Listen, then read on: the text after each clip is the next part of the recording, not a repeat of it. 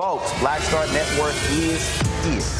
Hold no punches! I'm real revolutionary right now. Support this man, Black Media. He makes sure that our stories are told. Thank you for being the voice of Black America, Roland. Stay black. I love y'all. All momentum we have now, we have to keep this going. The video looks phenomenal. See, there's a difference between Black Star Network and Black-owned media and something like CNN. You can't be Black-owned media and be scared. It's time to be smart. Bring your eyeballs home. You dig?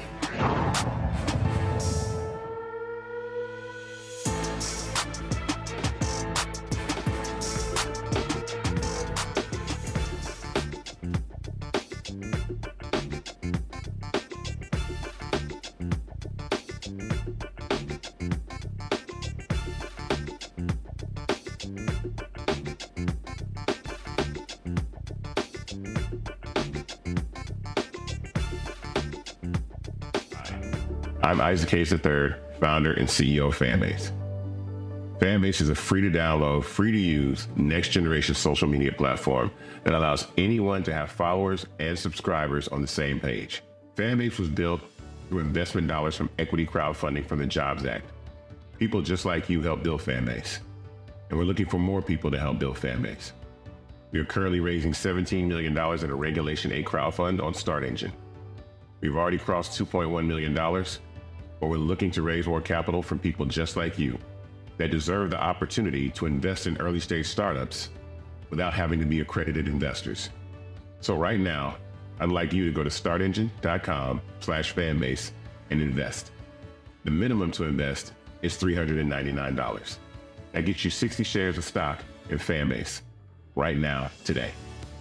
And then use Fanbase to connect with friends, grow your audience, and be you without limits.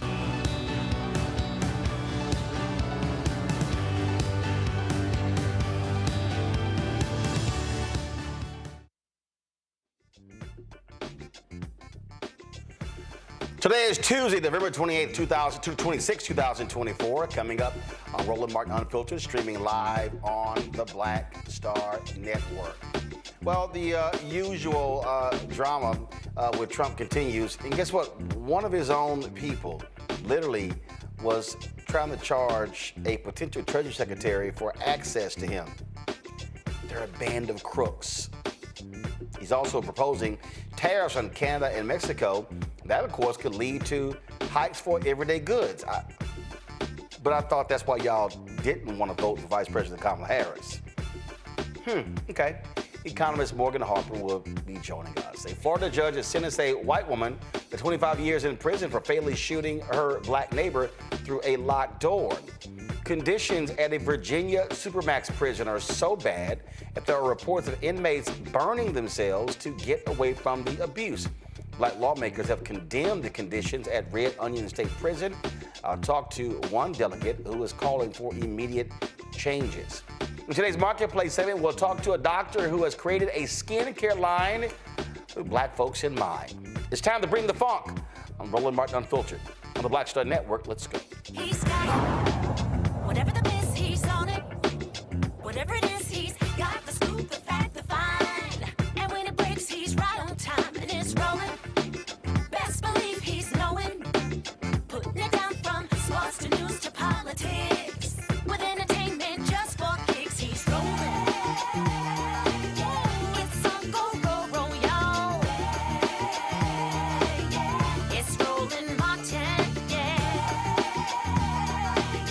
rolling with Roland now. He's funky, he's fresh, he's real, the best, you know he's Roland Martin now.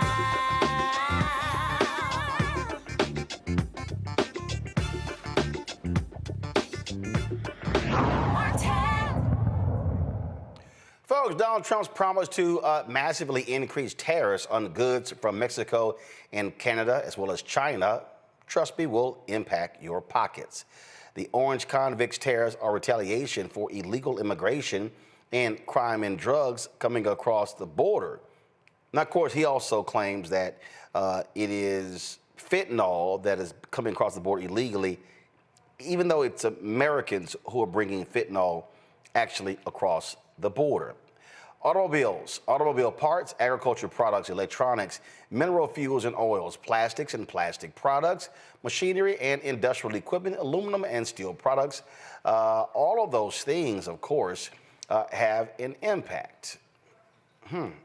Guess what?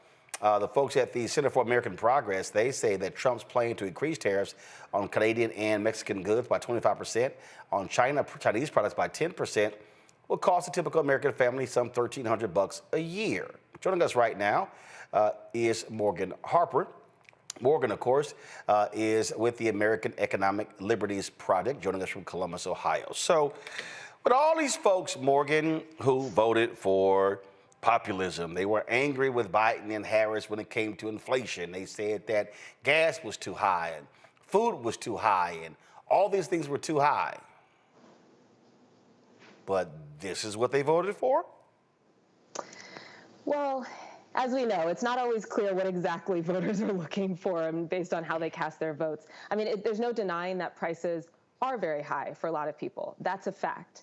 I think it's also important for people to know that in this tariffs discussion, a lot of the tariffs that we saw actually happened during the Biden administration, but they were different than what Trump is talking about here, and that they were strategically placed tariffs that were paired with industrial policy, meaning an investment in building up domestic production.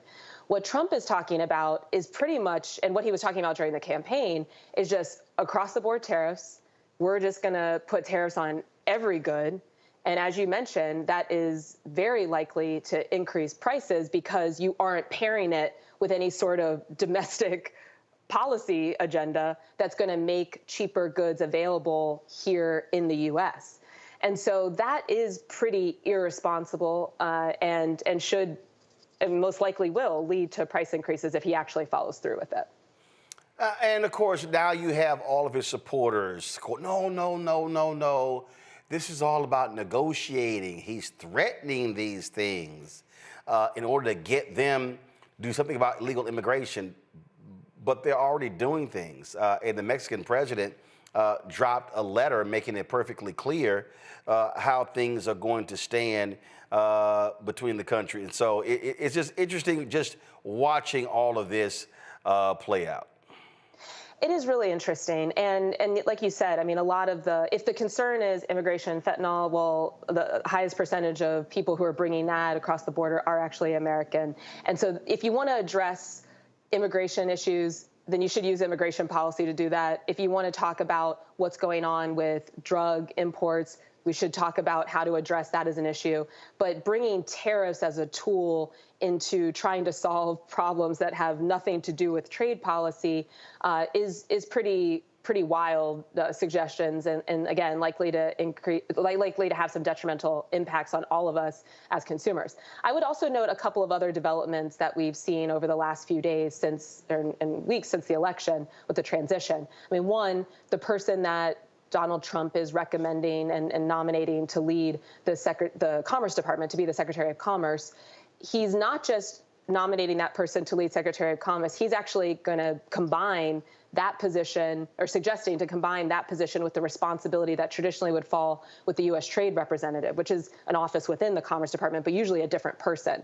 And the person, Lutnick is his last name, that he's suggesting to nominate, is very much a Wall Street guy, not somebody that seems like he would be on the side of trying to use things like trade policy to actually, again, boost domestic production, help American workers, try to keep prices low. It seems like his top priority is keeping Donald Trump happy based on his public statements so far. And again, that's not how you develop good policy. And the other thing I would note is we've already seen some suggestion, and we saw it in the first Trump administration when there were tariffs that were placed a little bit indiscriminately, that in certain industries, for example, tariffs that were placed on washing machines, we saw also price increases with dryers because companies that make those products realized that they had a little bit of cover to raise prices and consumers probably wouldn't know the difference. Similar to what we had talked about during some of the inflation discussions that we've had over the last year, when CEOs going on their earnings calls on the record saying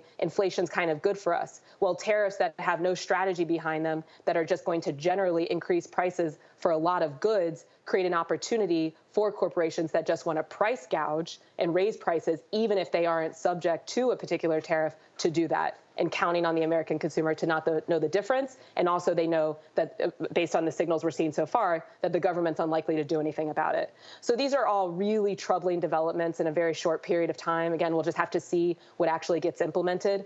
But if the goal is to try to improve outcomes for workers, boost domestic production, and keep prices low, then you can do that with tariffs, but only if you're pairing it with an effective domestic production industrial policy strategy. Well, and also the Mexican president said, cool, we're going to hit your ass with tariffs. Right. So you're, likely leading to some retaliation, which also can have price impact. So it's a bit of a mess if you're not really going to engage in the necessary negotiations. And again, with a real plan of why you're using a tariff. Tariff can be an effective tool, but not if you're just using it as some kind of political ploy and to kind of assert yourself without any real plan. That is going to have really bad outcomes for workers and all of us in our pocketbooks. And let's just hope that we don't see the follow through. Well, here's a perfect example. One of these Trump folks, you can go to my iPad, he goes, it's very simple. 84% of Mexico's exports go to the U.S. 77% of Canada's exports go to the U.S. Trump has more leverage and he knows it. Okay, Morgan, let me just be clear. So, exports to the U.S., meaning products in Mexico going to the U.S. Tariffs on those goods are not going to impact Mexico. Tariffs on those goods will be paid by Americans who are buying those products. Yes, and I think another thing to keep in mind is just because you're putting a tariff on a particular country, it doesn't mean that then they're going to move production back to the U.S. automatically. They also have other options. They can move to other countries.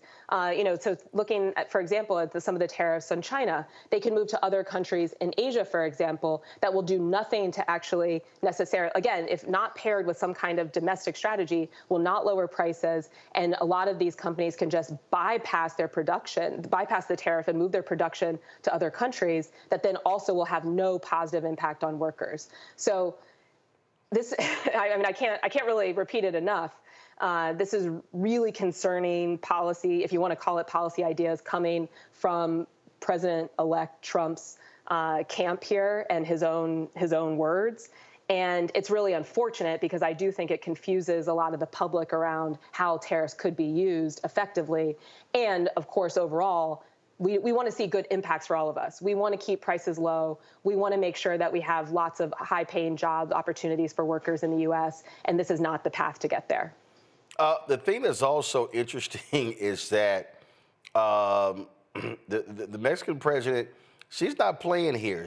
In her letter, she responds to Trump. She says, go to my iPad, 70% of the illegal weapons seized from criminals in Mexico come from your country. We do not produce these weapons, nor do we consume synthetic drugs.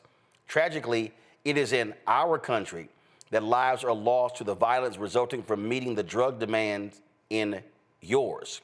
President Trump, migration and drug consumption in the United States cannot be addressed through threats or tariffs. What is needed is cooperation and mutual understanding to tackle these significant challenges. She writes, for every tariff, there will be a response in kind until we put at risk our shared enterprises. Yes, shared. For instance, among Mexico's main exporters to the United States are General Motors, Stellantis, and Ford Motor Company, which arrived in Mexico 80 years ago. Why impose a tariff that would jeopardize them? Such a measure would be unacceptable and would lead to inflation and job losses in both the United States and Mexico. All of it, you see, this is the thing that I go back to NAFTA, when all of these white voters in the Midwest, Illinois and Ohio and Michigan and Wisconsin, they were all, NAFTA is killing us. And I kept trying to explain to people, NAFTA is hurting one part of the country, but it's doing well for other states, Texas, New Mexico, Arizona, and others. And so this is the Mexican president said, okay, if you want to go there, let's go. I don't think the Mexican president and the Canadian prime minister are going to be backing down for Donald Trump's threats, because they know he does this and prices spike. That's on him. Yeah, I think listening to you, Roland, it's making me really appreciate just some of the tragedy of the situation, because, look, there's a lot of different views on NAFTA and what the impacts were from that. There has been a lot of, I think, evolution in how both parties are seeing trade policy, including but not limited to the use of tariffs. And we need to be having a real discussion about which takes on trade policy are going to best serve us as a country. Just like we need to have that on controlling fentanyl, just like the Mexican president there is saying in thinking about managing immigration issues. These are not easy topics. But to just continue to use everything as a political opportunity is really, really harmful and kind of missing the whole point. But, but on trade, I mean, there has been a real evolution here. It's like people, even in the Democratic Party want to say, oh, Trump's crazy, he's talking about tariffs. Well, we need to talk about, again, which kind of tariffs. And based on what Trump was doing in his first administration, which some of those, some targeting tariffs that Biden was able to build off on and support EV, speaking of the auto industry, EV manufacturing, support chip production in the U.S., well, those are the types of tariffs that actually can serve the interests of American workers and try eventually to keep prices lower. But this free-for-all of just letting Wall Street cronies run wild and do whatever Trump wants, again, that's not the way that we make good policy, and it's not gonna serve the best interests of the United States. All right, Morgan Harper, we really appreciate it. Thanks a lot. Thanks for having me. Folks, got to go to a break. We come back, we'll chat with my panel. You're watching Roland Martin Unfiltered on the Black Star Network. Don't forget to support the work that we do. Join our Brina Funk fan club. You can contribute via Cash App by using this QR code from Stripe. Simply click Cash App and then make your donation. You can also send your check and money order to P.O. Box 57196, Washington, D.C., 20037 -0196. PayPal is R Martin Unfiltered. Venmo is RM Unfiltered. Zelle, Roland at RolandSMartin.com. Roland at RolandMartinUnfiltered.com. Don't forget, download the Black Star Network app, Apple phone, Android phone, Apple TV, Android TV, Roku, Amazon Fire TV, Xbox One, Samsung Smart TV. Also, be sure to get a copy of my book, White Fear, How the Browning of America is Making White Folks Lose Their Minds, available at bookstores nationwide. Also, be sure to get your merchandise, Roland Martin Unfiltered merchandise, including our new shirt. Don't blame me. I voted for the black woman. Go to First of all, you can go to blackstarnetwork.com, go to RolandSMartin.com, or you can go directly to RolandMartin.creator-spring.com. And of course, we want you to participate with Fanbase. Of course, the goal is to support this black-owned social media app. You can be an owner. You can get an equity stake. Get more information, go to startengine.com/fanbase. Startengine.com/fanbase. Download the app, but also invest in the app, and that's where you can get it. Back in a moment. Hatred on the streets, a horrific scene, a white nationalist rally that descended into deadly violence. White people are losing their damn minds. As an angry pro-Trump mob storms the U.S. Capitol, we've seen shooting. We're about to see the rise of what I call white minority resistance. We have seen white folks in this country who simply cannot tolerate black folks voting. I think what we're seeing is the inevitable result of violent denial. This is part of American history. Every time that people of color have made progress, whether real or symbolic, there has been what Carol Anderson at Emory University calls white rage as a backlash. This is the rise of the Proud Boys and the Boogaloo Boys. America, there's going to be more of this. Here's all the Proud Boys, guys. This country is getting increasingly racist in its behaviors and its attitudes because of the fear of white people. The fear that they're taking our jobs, they're taking our resources, they're taking our women. This is white fear.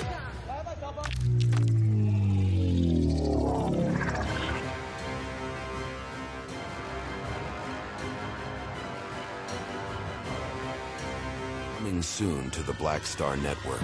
I had been trying to get a record deal for a long time. You know, when I finally got signed to the Motown record label in 2003, I was 34, 35 years old. And up until that time, I had been trying to get record deals the traditional way. You know, you record your demo, you record your music, and you send it, you know, to the record labels, or maybe somebody, a friend of a friend, knows somebody that works for, you know, the record label. And really, chemistry was, that was my last-ditch effort at being in the music business. How long have you been trying? I've been trying since I was a teenager. Wow. And you know. And I'm grateful that it didn't. I'm grateful that it happened when it happened, because I wasn't prepared, you know, as a teenager to embrace all that comes with a career in the music industry.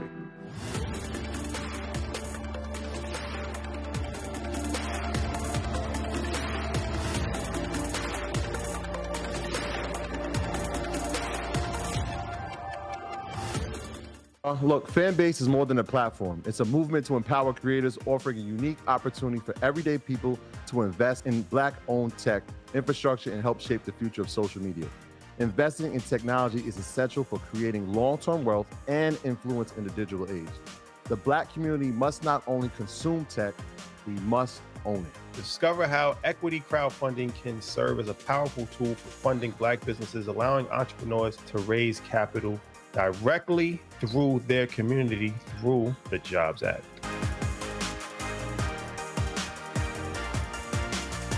What's up, everybody? It's your girl, Latasha from the A. And you're watching Roland Martin Unfiltered. All right, folks, let's welcome our panel. Dr. Mustafa Santiago Ali, former senior advisor for environmental justice at the EPA. Joining us from D.C., Randy Bryant, DEI disruptor. Joining us from D.C., Joe Richardson, civil rights attorney. Joining us from Los Angeles. Mustafa, I'll start with you. It is, I'm telling you, listen, y'all might as well get used to hearing Scarface's No Tears, because I'm going to be playing that a lot over the next 4 years.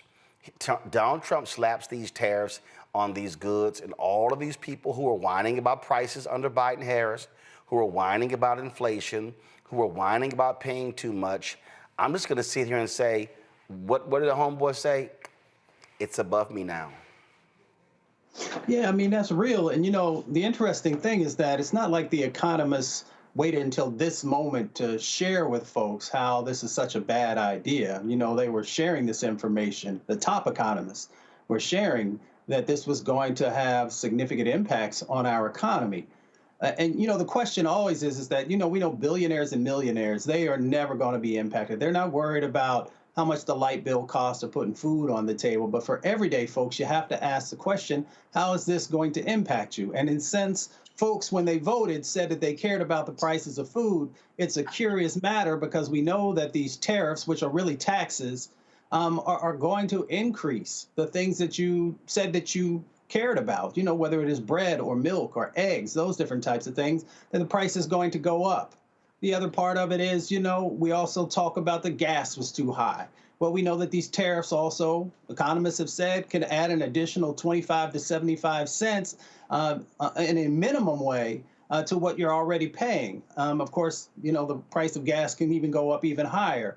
So the question becomes, moving outside of sort of looking at these issues in a vacuum, the other things that this Trump administration is talking about. So if you know that the prices of foods are already significantly higher, and then this will raise that price. And they also have said that the climate crisis, that they're no longer going to work on that. So we know that that will also increase the price of food. And we also know that they said they're going to round up a whole bunch of people who are in the agricultural industry and send them back home. So then once again, that's going to raise the price of food.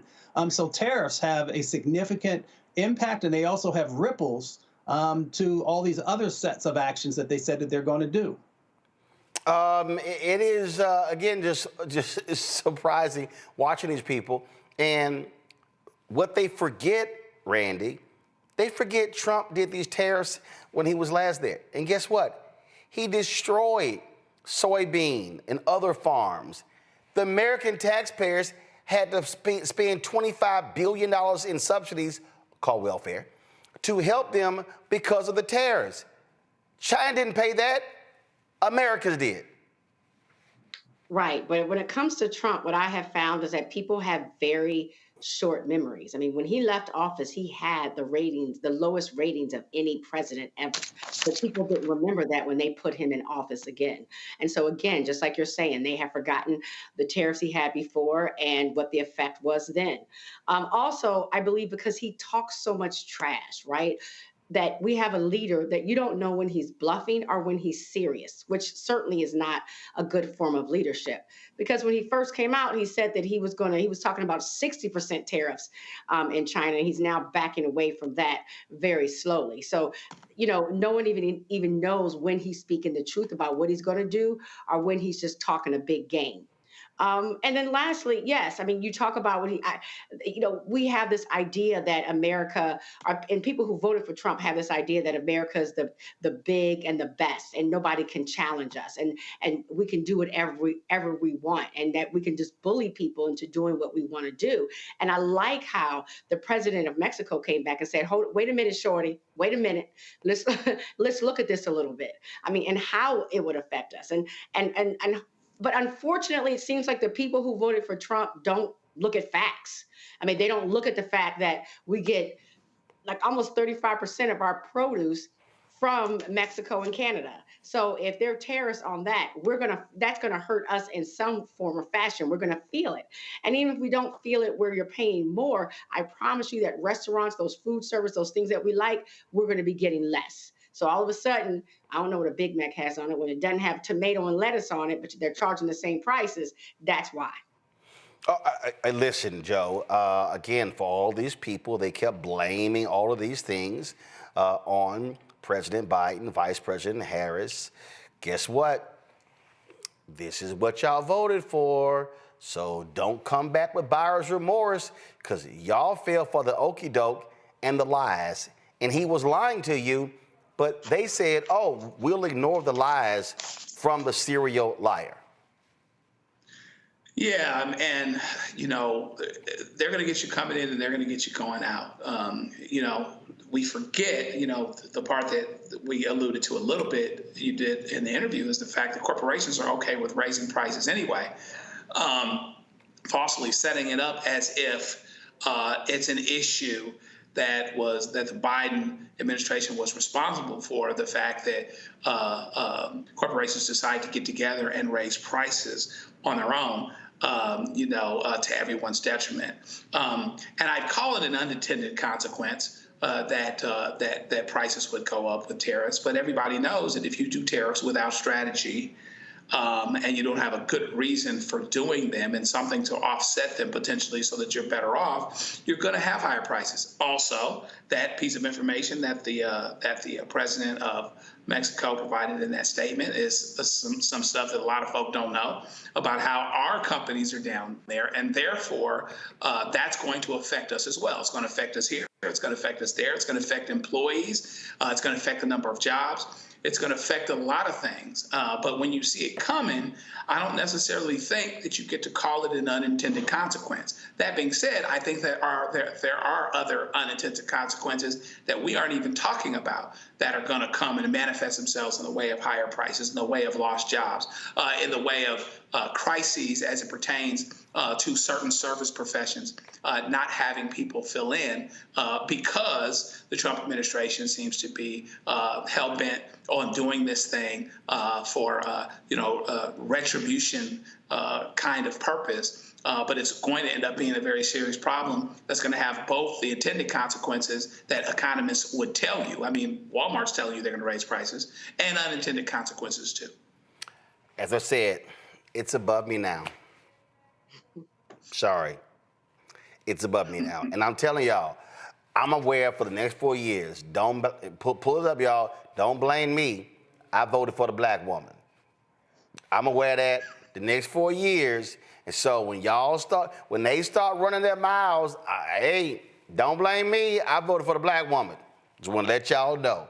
All right, got to go to a break. We come back. We're going to talk about white woman in Florida. Oh, kill that sister? Her sorry ass about to sit in prison for a little while. Also, we'll talk about the case out of Kansas City as well. Plus, oh, y'all, poor Rudy Giuliani. He was in court today, and he said, I don't have any money. They're trying to take my car. They're taking all of my stuff. You shouldn't have talked shit about those two black women in Georgia. So, again, Rudy, no tears. I'll be back on Roland Martin Unfiltered. Hi, I'm Isaac Hayes III, founder and CEO of Fanbase. Fanbase is a free-to-download, free-to-use, next-generation social media platform that allows anyone to have followers and subscribers on the same page. Fanbase was built through investment dollars from equity crowdfunding from the Jobs Act. People just like you help build Fanbase, and we're looking for more people to help build Fanbase. We are currently raising $17 million in a Regulation A crowdfund on Start Engine. We've already crossed $2.1 million, but we're looking to raise more capital from people just like you that deserve the opportunity to invest in early-stage startups without having to be accredited investors.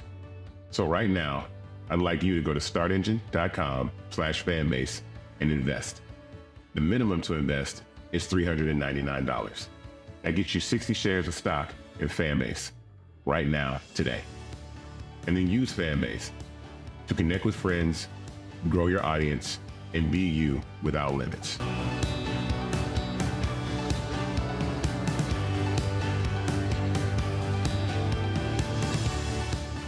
I'm Dr. Jackie Hood Martin, and I have a question for you. Ever feel as if your life is teetering and the weight and pressure of the world is consistently on your shoulders? Well, let me tell you, living a balanced life isn't easy. Join me each Tuesday on Black Star Network for A Balanced Life with Dr. Jackie. We'll laugh together, cry together, pull ourselves together, and cheer each other on. So join me for new shows each Tuesday on Black Star Network, A Balanced Life with Dr. Jackie. Coming soon to the Black Star Network. I had been trying to get a record deal for a long time. You know, when I finally got signed to the Motown record label in 2003, I was 34, 35 years old. And up until that time, I had been trying to get record deals the traditional way. You know, you record your demo, you record your music, and you send it, you know, to the record labels, or maybe somebody, a friend of a friend, knows somebody that works for, you know, the record label. And really, chemistry was my last-ditch effort at being in the music business. How long have you been trying? I've been trying since I was a teenager. Wow. You know? And you know, and I'm grateful that it didn't. I'm grateful that it happened when it happened, because I wasn't prepared, you know, as a teenager to embrace all that comes with a career in the music industry.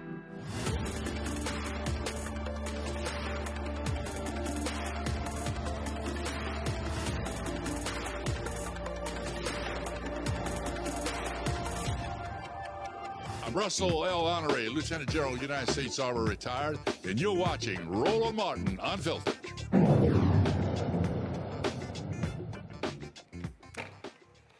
The white Florida woman who fatally shot her black neighbor through a closed door in June of 2023, about to sit her ass in prison for the next 25 years.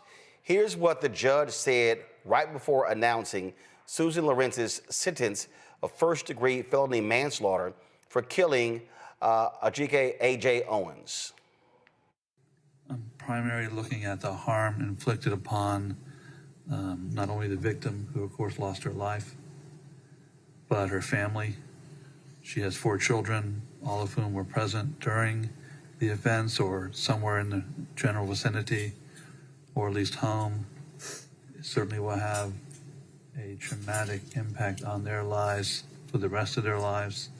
They'll live their whole lives without their mother, which I think is a very significant harm inflicted upon them by Ms. Lawrence. When I look at the nature of the offense, you know, I find that the shooting was completely unnecessary in this case. Ms. Lawrence was behind the door was locked. She had already called law enforcement. They were en route. She knew they were en route. She was in a relatively safe position. For some reason, she went into her room and found a gun. She could have stayed in the room and put another locked door between her and Miss Owens, but she came back out, put herself in front of the door, and at the time she fired the gun through the door, she was safe.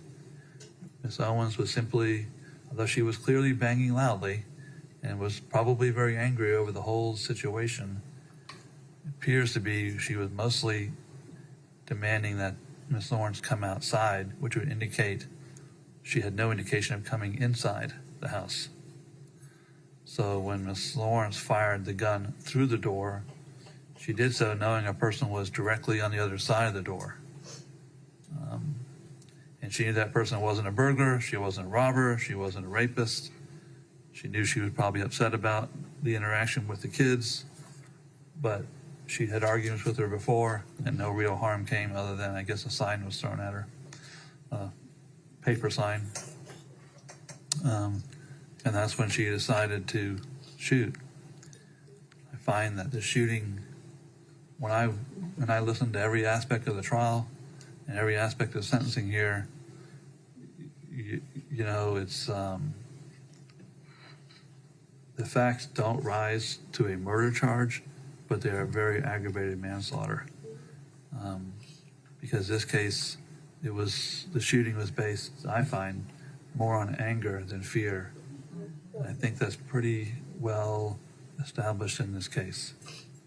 So when I weigh it out, and believe me, I find that, you know, she's a victim of child sex abuse was a significant mitigating factor. And she has no criminal record, which is also a significant factor. However, we also have a tremendous harm inflicted upon this family and the victim's family. So what I'm going to do in this case is she being adjudicated guilty of manslaughter with a firearm, in order to serve 25 years in the Department of Corrections. With credit for 538 days, $100 cost of prosecution, $100 fine, court cost. Good luck to you, ma'am. You have 30 days to appeal.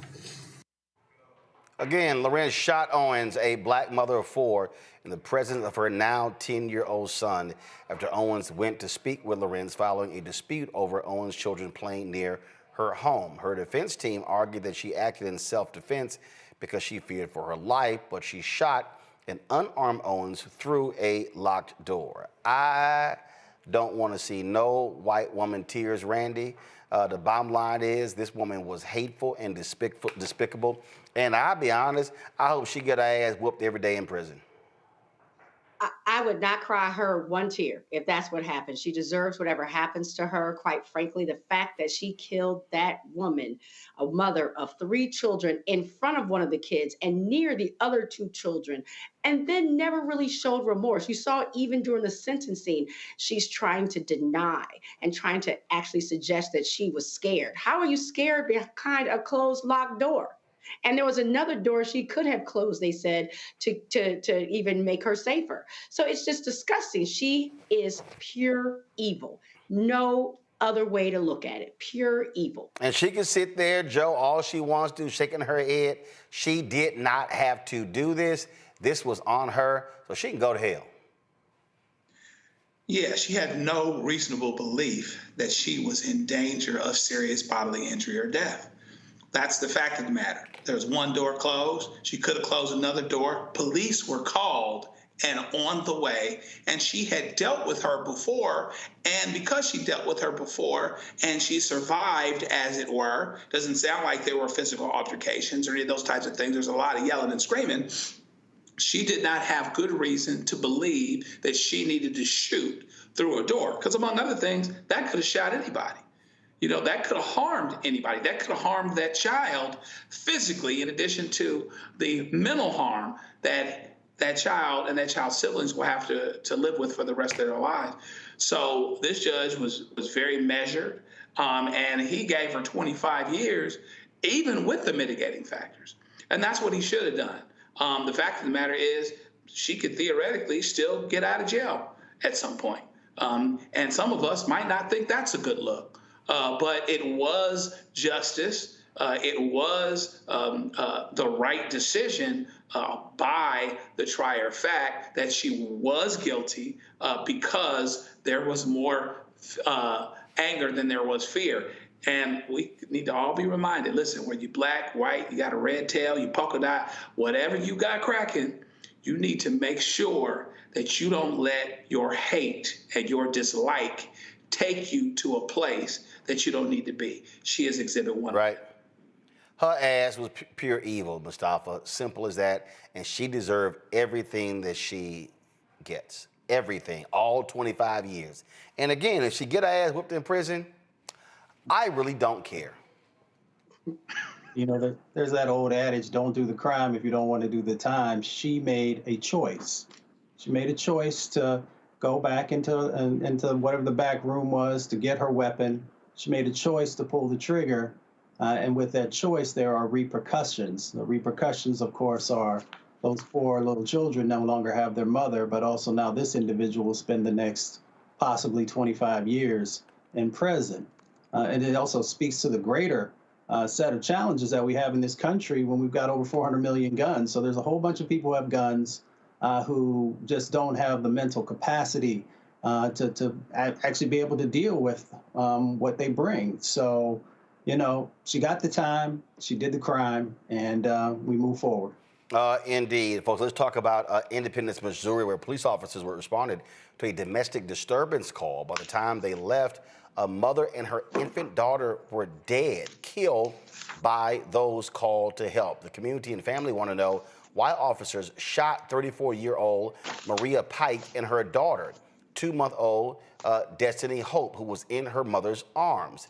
The Kansas City Defender has followed this case. In an article, in this article, the infant's father, Michael Holder, who was present during the incident, said, "They shot my baby." Holder said, his voice shaking with grief and fury, "It looked like her head exploded. Her blood splattered across my glasses and all over me. All I could do was scream. I just kept saying 3 words, the same 3 words, you killed her. I was screaming it over and over."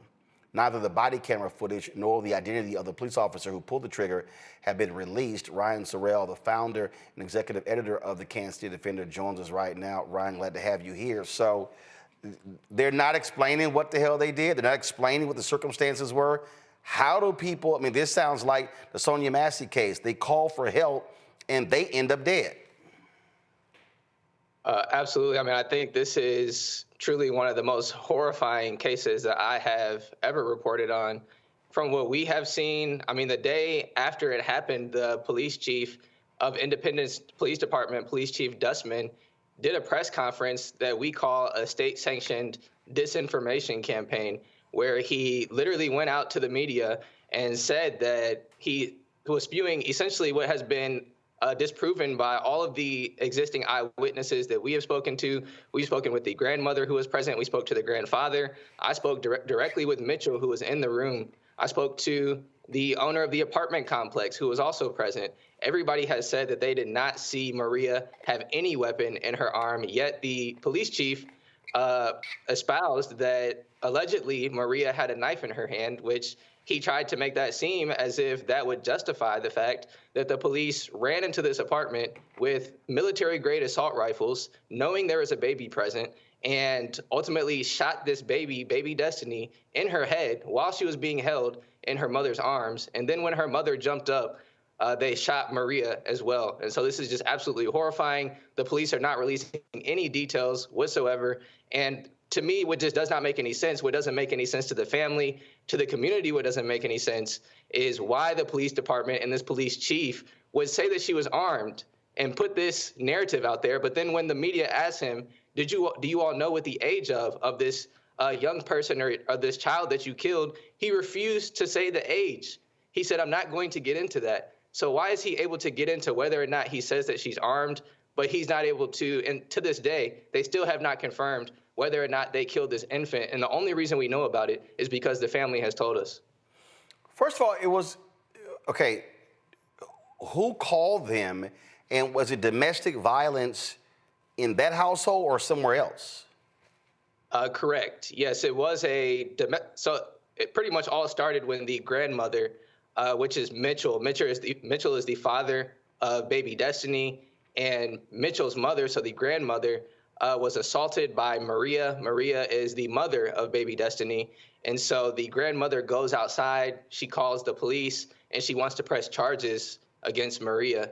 And the police arrive, and they ask the grandmother, they say, are there any weapons present upstairs? And the grandmother says, no, there are not any weapons present upstairs. All I want her to do is be arrested for assault. And then she also tells the police there is a baby upstairs. So she warns them that there is an infant inside of the apartment building. And then the police go upstairs. They actually go into the wrong apartment. They go into someone else's apartment. And I spoke directly to this person named Bug. And they busted into Bug's apartment. So they go into the wrong apartment with these assault weapons. Once again, they point them directly at Bug. They're screaming at Bug, saying, what did you do with my officer? Where is my officer? And Bug is screaming back at them, you have the wrong apartment. And this goes on for about 30 seconds until they finally realize they're in the wrong apartment, and they just run out. They don't apologize or anything. They run out, and they go to supposedly what is the correct apartment. And Mitchell, I spoke directly with Mitchell as well, who's the father of Destiny. And Mitchell says that he asked the police, can they talk outside the door? Because he didn't want the police to come inside of his apartment with their guns out like that. And despite his pleas for the police to stay outside of his door, they barge into the door, and that's when the altercation happened. Well, we certainly would love to get more information. And as usual, when they don't release body cam footage, when they don't release a name and don't release details, that means the cops screwed up. That's exactly what it means. So, all right, then. We certainly appreciate it, Ryan. Thanks a lot. Folks, going to a break. We come back. Oh, Rudy Giuliani, y'all. He is crying. He just doesn't know what to do because they're taking all of his money. Well, that's what happens when you absolutely lie on Black Georgia workers. And then you keep defaming them. And then you keep defaming them. And then you keep defaming them. So, shut up. Folks, support our work. Join the Bring the Funk fan club. If you want to give via Cash App, do so via Stripe and this QR code. You can use it right here. Also, send your check and money order to P.O. Box 57196, Washington, D.C. 20037-0196. Of course, PayPal, R. Martin Unfiltered. Venmo is RM Unfiltered. Zelle, Roland at RolandSMartin.com. Roland at RolandMartinUnfiltered.com. We'll be right back. Coming soon to the Black Star Network. I had been trying to get a record deal for a long time. You know, when I finally got signed to the Motown record label in 2003, I was 34, 35 years old. And up until that time, I had been trying to get record deals the traditional way. You know, you record your demo, you record your music, and you send it, you know, to the record labels, or maybe somebody, a friend of a friend, knows somebody that works for, you know, the record label. And really, chemistry was my last ditch effort at being in the music business. How long have you been trying? I've been trying since I was a teenager. Wow. And you know, and I'm grateful that it didn't. I'm grateful that it happened when it happened, because I wasn't prepared, you know, as a teenager to embrace all that comes with a career in the music industry.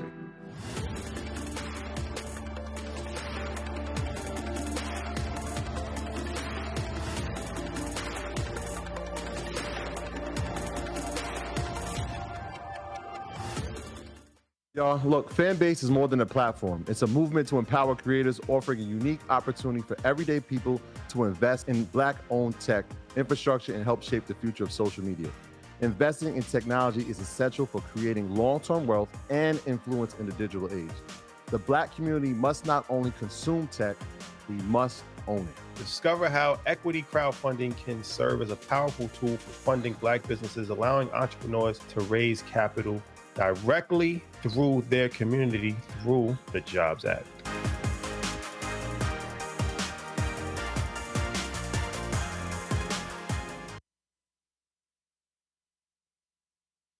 Hi, I'm Dr. Jackie Hood Martin, and I have a question for you. Ever feel as if your life is teetering and the weight and pressure of the world is consistently on your shoulders? Well, let me tell you, living a balanced life isn't easy. Join me each Tuesday on Black Star Network for A Balanced Life with Dr. Jackie. We'll laugh together, cry together, pull ourselves together, and cheer each other on. So join me for new shows each Tuesday on Black Star Network, A Balanced Life with Dr. Jackie.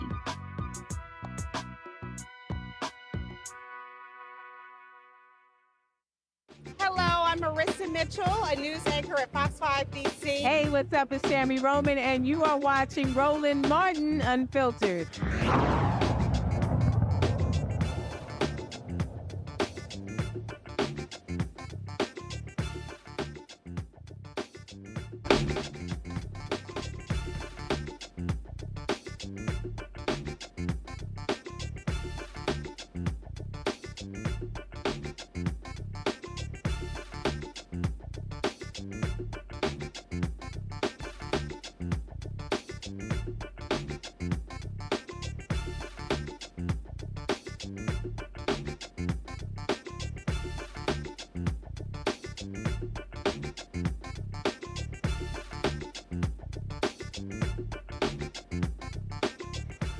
Well, folks, there was a hearing today, and let's just say Rudy Giuliani was not happy at all. Now, you know, he's got to pay a massive judgment to two black poll workers in Georgia because he kept defaming them in the 2020 election. And Rudy ain't too happy, y'all.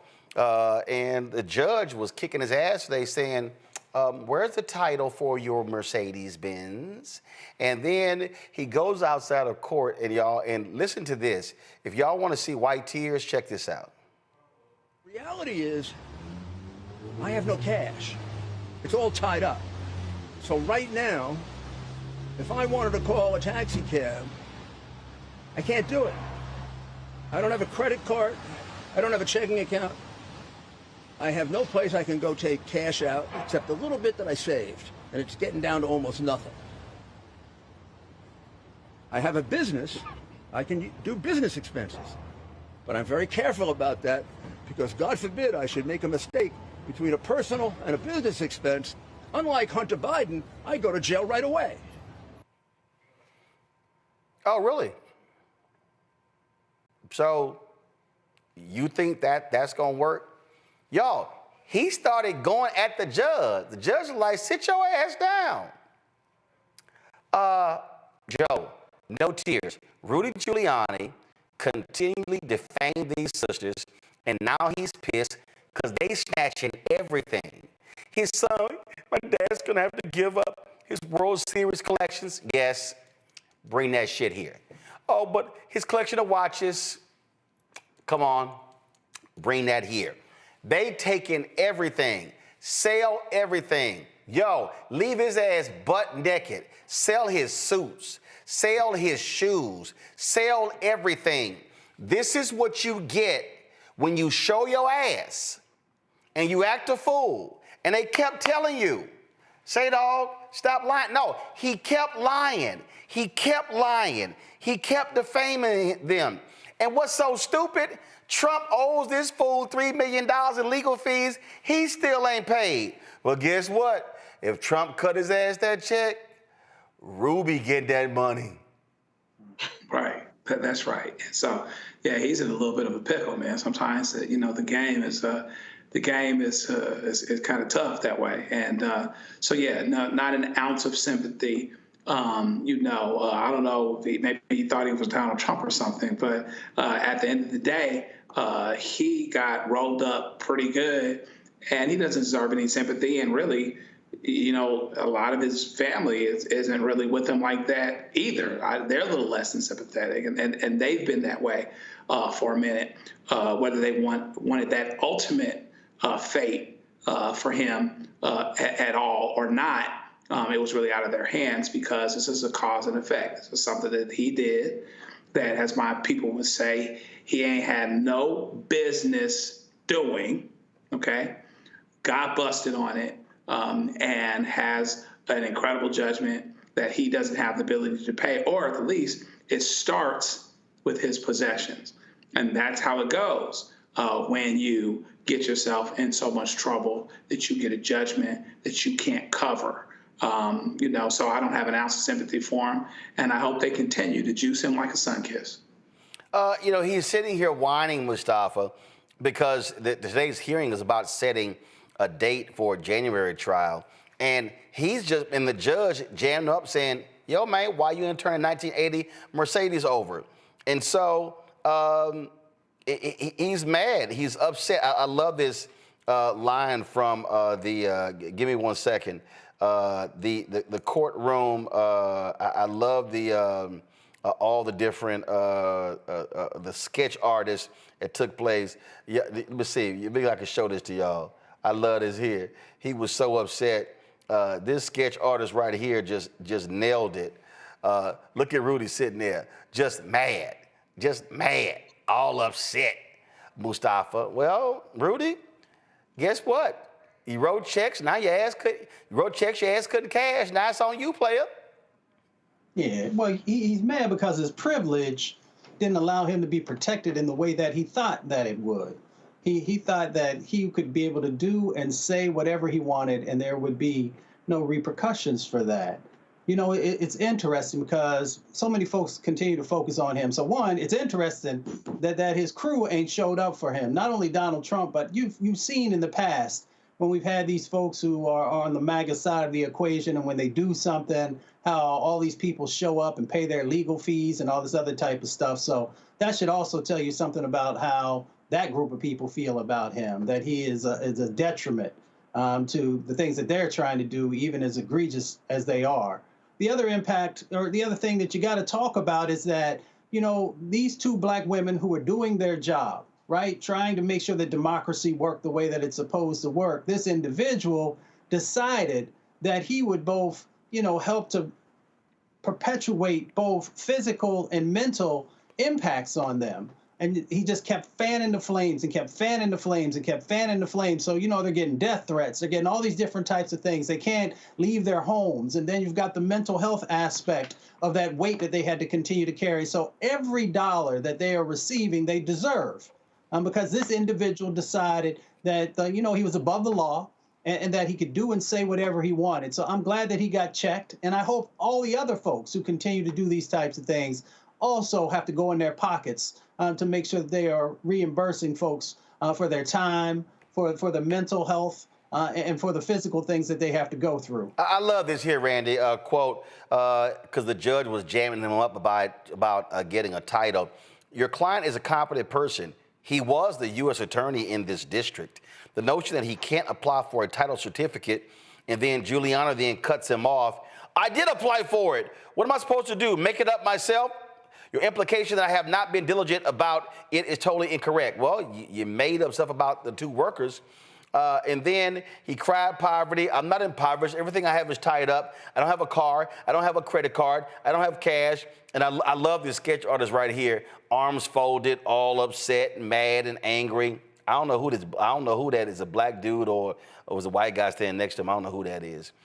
Then he claimed, first of all, he's very good at this. He claimed without providing evidence, someone had placed what he called a stop order on his Social Security account.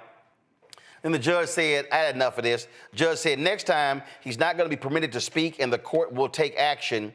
Your client can either represent himself by counsel or appear pro se. He can't do both. And then the judge says the cars and the keys without the title is meaningless. Oh, and this is that Mercedes right here. So sorry, Rudy, you're going to have to suck this thing up. And then the judge denied his bid to push back a January 16th trial of whether he can hang on to some of his prized possessions. Remember, he also is appealing the case. He's been disbarred as well. And so, oh well, sorry, Randy. I have zero sympathy for that Trump suck-up. And it's very fascinating to watch someone crumble in front of us because he is so accustomed to privilege. This man is 80 years old, and for most of his life, he has gotten away with this sort of behavior because of privilege. And now he is becoming this victim in front of us, and we're supposed to feel sorry for him.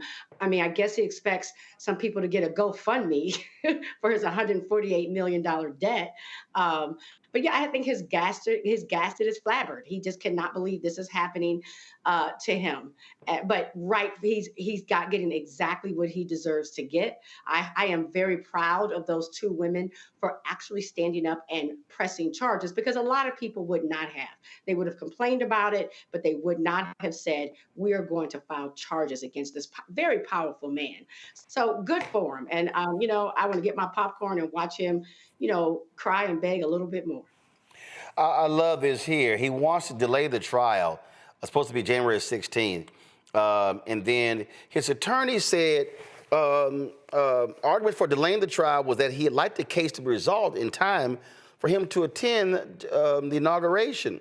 And then Staten Island attorney Joseph Camarata claimed Giuliani has an involvement with the inauguration and that he regularly consults with Trump. The judge was like, I'm sorry, your social calendar does not represent good cause to grant a delay. Oh my goodness, I love it. That white privilege ain't working. That federal judge like, nah, player, we gonna have this trial January 16th. And your ass about to pay up. So I want these two sisters to snatch everything.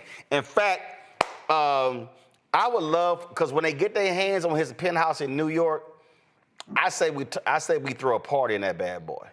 Mm-hmm. I say, that's real tough, I'm straight. Yeah, I will live stream. I will live stream a show in that sucker. I'm telling y'all right now. And then let's all drive around Georgia in that car. And so I take everything. Ruby and Shay, y'all hit me up. When y'all take custody of that apartment, I will do Roland Martin Unfiltered from that apartment. I'm just letting y'all know. I will happily do that. And I'll bring the DJ and everything. I'm just saying. All right, y'all. Let me go to a break. We come back. We're going to talk about just shameful conditions in a Virginia prison that has people demanding answers. So we'll talk about that. Lots more we're going to cover on the show. Also, marketplace segment. A sister out of New York, a doctor, has a new skincare product line that has black folks in mind. So we're going to break that thing down as well. Lots to discuss right here on Roland Martin Unfiltered right here on the Black Star Network. Back in a moment. Hi, I'm Isaac Hayes III, founder and CEO of Fanbase. Fanbase is a free-to-download, free-to-use, next-generation social media platform that allows anyone to have followers and subscribers on the same page. Fanbase was built through investment dollars from equity crowdfunding from the Jobs Act. People just like you helped build Fanbase, and we're looking for more people to help build Fanbase. We are currently raising $17 million in a Regulation A crowdfund on Start Engine. We've already crossed $2.1 million, but we're looking to raise more capital from people just like you that deserve the opportunity to invest in early-stage startups without having to be accredited investors. So right now, I'd like you to go to startengine.com/fanbase and invest. The minimum to invest is $399. That gets you 60 shares of stock in Fanbase right now, today. And then use Fanbase to connect with friends, grow your audience, and be you without limits.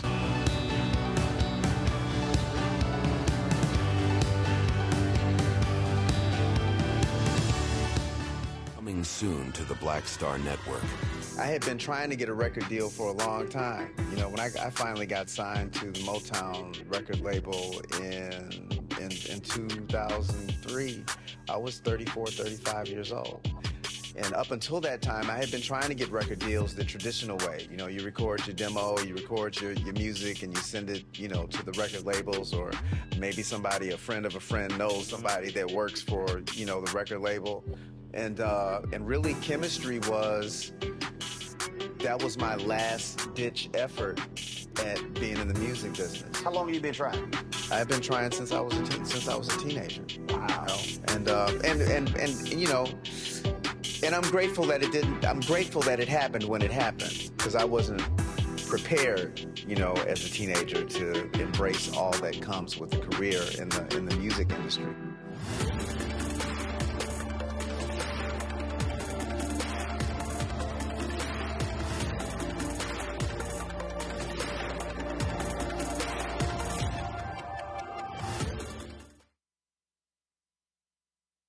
This is Reggie Rock Byford. You're watching Roland Martin, unfiltered, uncut, unplugged, and undamn believable. You hear me?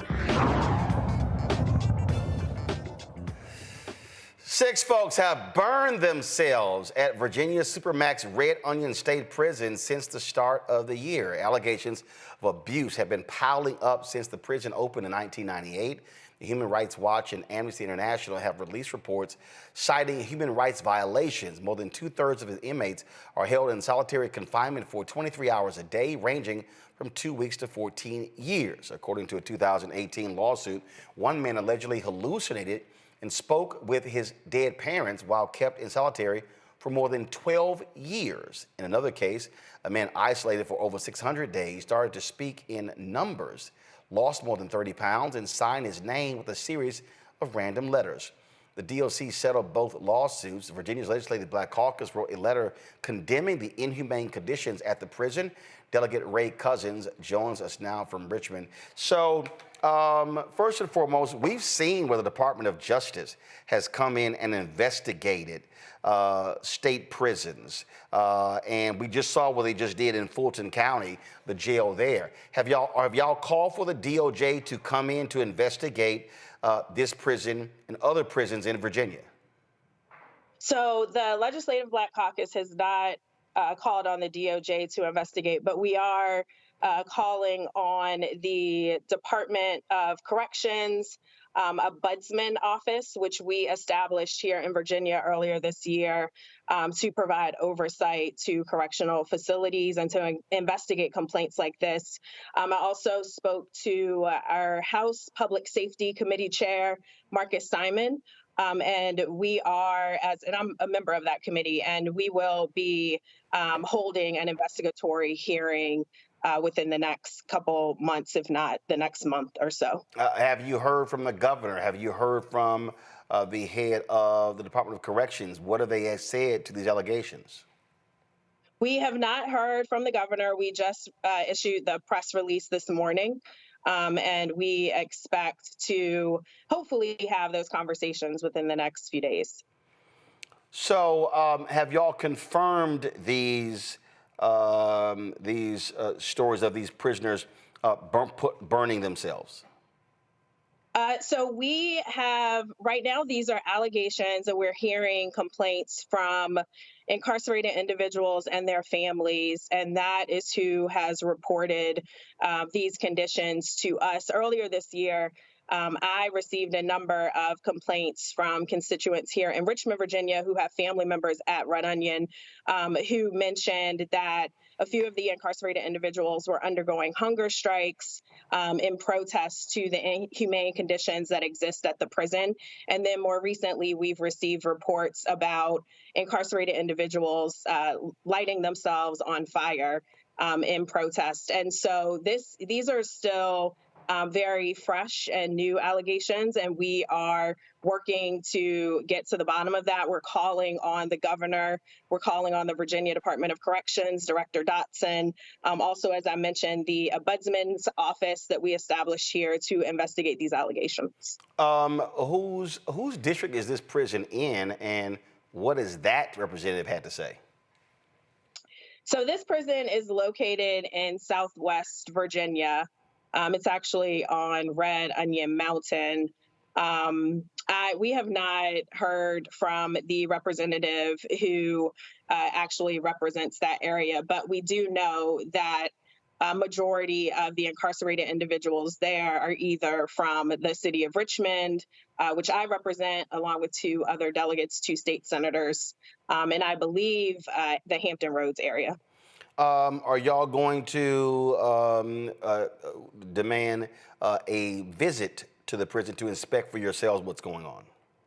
Yes, and I will say Director Dotson And the Virginia Department of Corrections generally has encouraged us to visit Red Onion. I know a few of my colleagues visited earlier this year. And so we definitely want to have a visit and just see for ourselves, have an opportunity to speak to the staff, to also speak to inmates, just to, get to the bottom of this and figure out what's going on there. Well, we certainly appreciate you joining us, and we'll look forward to see what happens next. Thank you. Joe, what we just heard there, this is a perfect example of one thing that we are going to desperately miss with the Biden-Harris administration. They have been very aggressive at investigating city, county, and state jails and prisons. And look, I don't think for a second you're going to see the same diligence from these Trump yahoos. Anything on the law enforcement side, from consent decrees to prison conditions, those things are going to be investigated less, if at all, frankly, because their feeling is that there's no sympathy for those types of things anyway. But even prisoners have rights. They have rights by the Constitution. There's a constitutional ban against cruel and unusual punishment. There are prisoners have rights, and so therefore this is something that we're going to miss, because a lot of this will not be prioritized. It will be deprioritized, and the worst part of it is there are investigations that are underway that have been started. Like, you start something in the next couple months. I hate to be less than sympathetic or pessimistic, but you start something in the next couple months on this thing that's not state-based, then, it's going to get reversed in January anyway. And so this is going to be one of the areas in which we will desperately miss the Biden administration, because they really went out of their way to try to find these types of problems, deal with them, and force the agencies to be accountable, which would include monitoring changes that they promised to make. So we will miss that. Randy? It's very concerning, because what you realize is that, one, when you have a prison guard, the qualifications for them to have these jobs are pretty minimal, and they're not tested to see what there's not a psychological test to see where they are. So some people take these jobs really with the focus on being able to assert some sort of cruelty on people. And they do not see these prisoners as people. So it's very scary that there will be no oversight to ensure that these people, very real people, are at least treated with a level of humanity, just like you said. Mustafa? I mean, the state prison system is, it holds the largest amount of people. Almost 1 million folks are incarcerated in the state prison system. So we should just understand, the totality of how many folks are being impacted here. And then the other thing is that folks have continued to whittle away at the resources that are necessary to make sure that when someone is incarcerated, that they have the opportunity to come out better off than when they went in. And I believe, and folks should fact check this, that Ben Klein is actually the individual, I think it's the 6th district down there in Virginia, and he actually sits on the Judiciary Committee. So, they should be taking a look at what's going on in this particular situation and others across the country. So we've known for quite a while that our state prison system has many cracks in it. Some would say that it's broken. But unfortunately, we probably over the next 4 years will not have an administration that actually wants to do what's necessary to fix this. All right, folks, got to go to break. We come back. Walmart scraps its DEI program. We told y'all this was going to happen. We warned y'all these things were going to happen, and so we're going to talk about it as well. And so can't wait to do that. I know Randy got a couple of things to say about that. All right, folks, support the work that we do. This is also one of the reasons why, because these companies, look, Walmart ain't never took an ad out with us. And don't think we haven't tried. Publicis was their ad agency, and they ain't done a damn thing with us. So here you go. So, but this is how these companies are. So I guess they definitely not going to be doing anything now. just say Shuttering DEI. Support us, of course, via Cash App. You can give via the Stripe app. Use the QR code right there. Send your check and money order. P.O. Box 57196. Washington, D.C. 20037-0196. PayPal is R Martin Unfiltered. Venmo is RM Unfiltered. Zelle, Roland at RolandSMartin.com. Roland at RolandMartinUnfiltered.com. We'll be right back. What's up, y'all? Look, Fanbase is more than a platform. It's a movement to empower creators, offering a unique opportunity for everyday people to invest in Black-owned tech, infrastructure, and help shape the future of social media. Investing in technology is essential for creating long-term wealth and influence in the digital age. The Black community must not only consume tech, we must own it. Discover how equity crowdfunding can serve as a powerful tool for funding Black businesses, allowing entrepreneurs to raise capital directly through their community through the Jobs Act.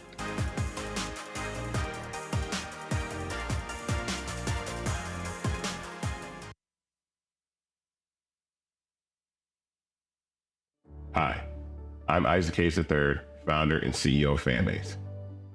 Fanbase is a free-to-download, free-to-use, next-generation social media platform that allows anyone to have followers and subscribers on the same page.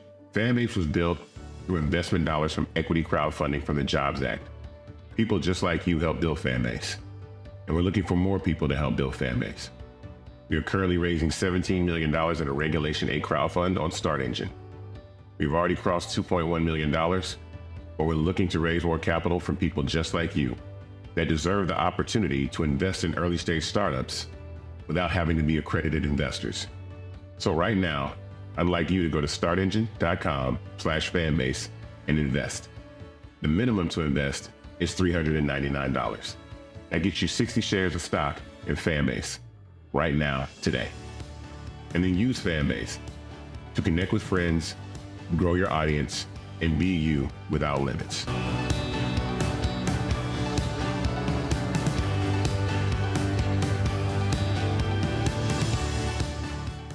This is Tamala Mann. And this is David Mann. And you're watching Roland Martin Unfiltered.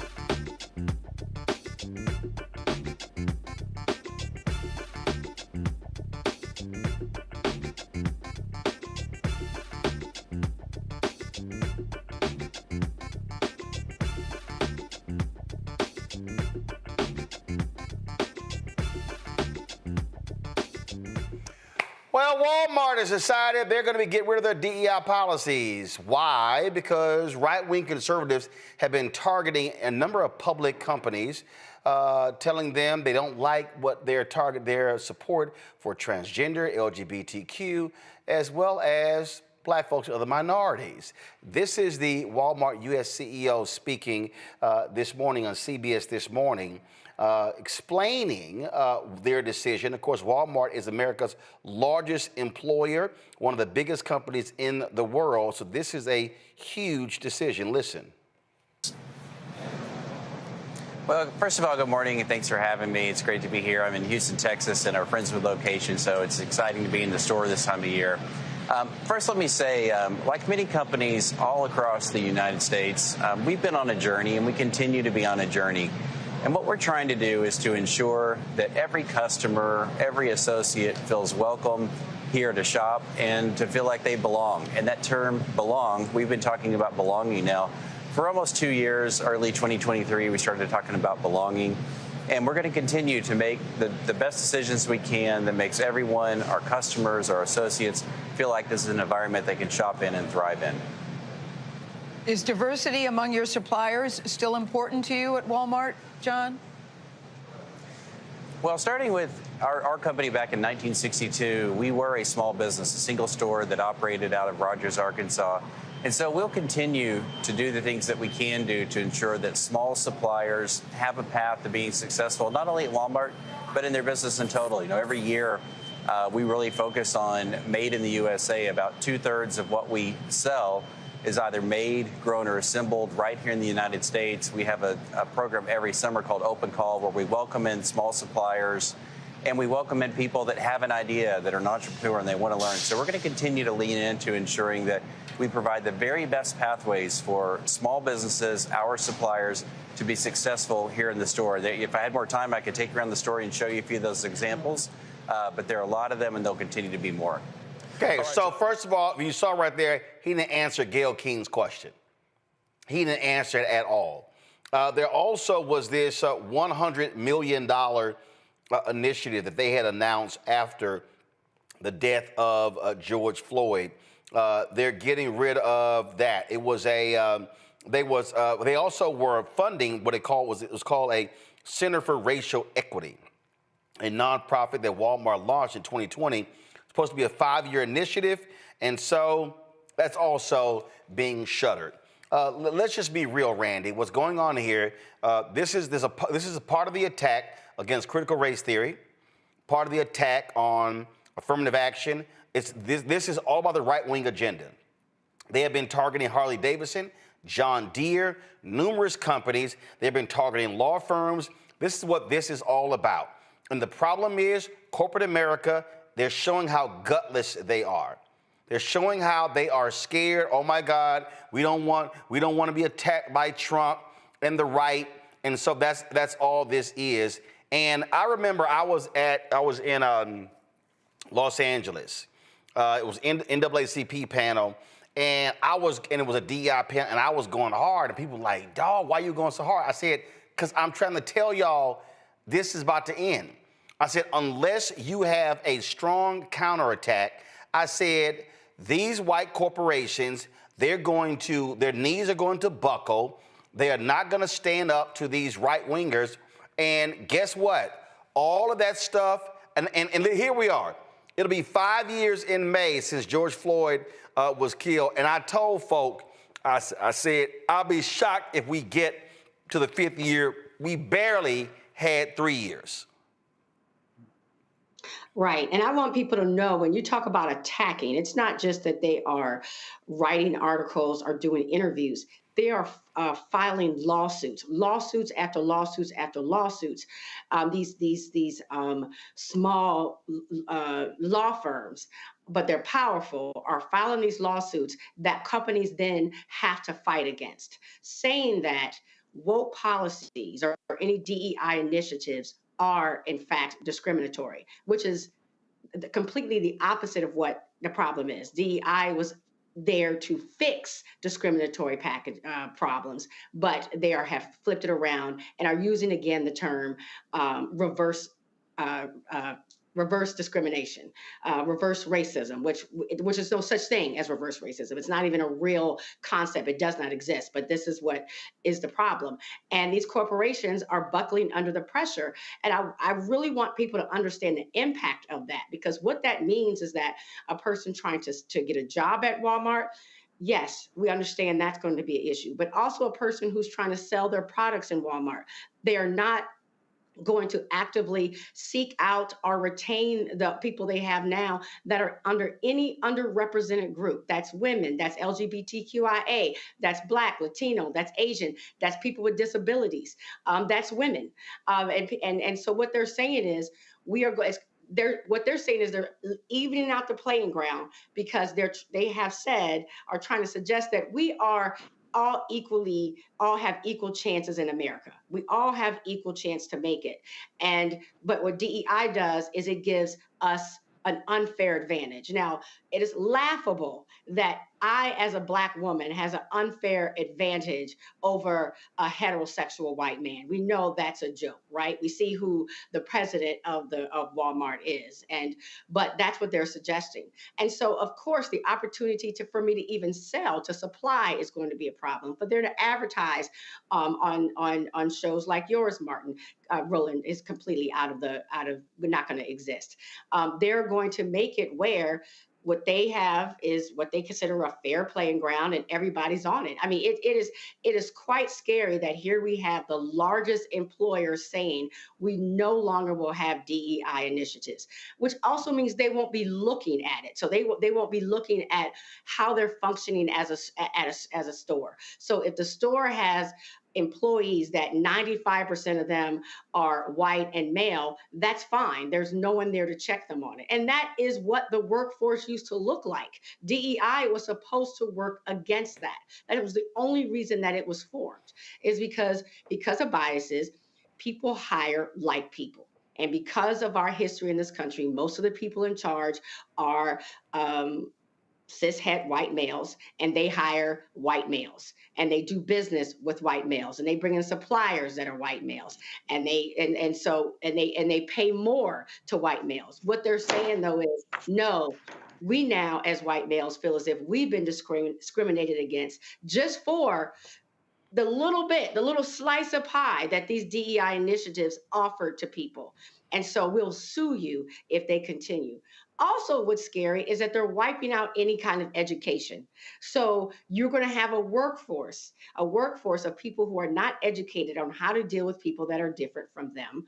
And so the workforce, I promise you, will be hostile.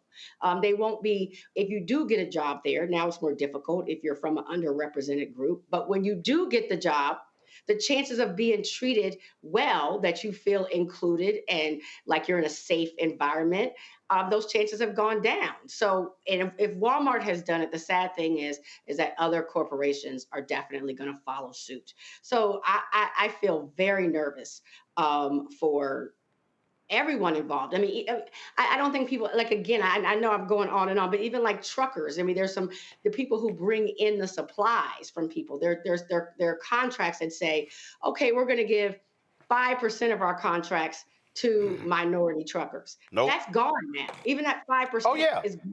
And so it wasn't like we were getting much in the first place, but it's now non-existent. And even the term DEI, they can't even use the term. They have made it where it cannot be used in any materials or discussed at all. And the term Latinx. If you want to talk about the level of control that these law firms that are doing these lawsuits are having, they're making them so scared to even say the word, much less implement policies. It's dangerous. And, we really need to start having some discussions as Black organizations and as individuals of how we counteract this. This is all because this right-winger right here, Robbie Starbuck, hit them last week and said, I'm going to be releasing a story on all of your woke policies. And so right here, last week I told execs at Walmart that I was doing a story on wokeness there. Instead, we had productive conversations to find solutions. And so Walmart totally caved. Walmart will no longer participate in the human rights campaign's what they call woke corporate equality index. Products, monitor the Walmart marketplace to identify and remove inappropriate sexual and or transgender products marketed to children.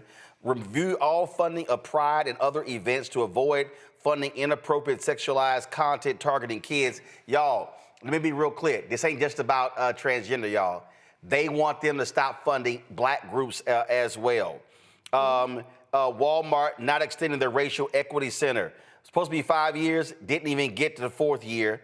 Look at this here. We will evaluate supplier diversity programs and ensure they do not provide preferential treatment and benefits to suppliers based on diversity.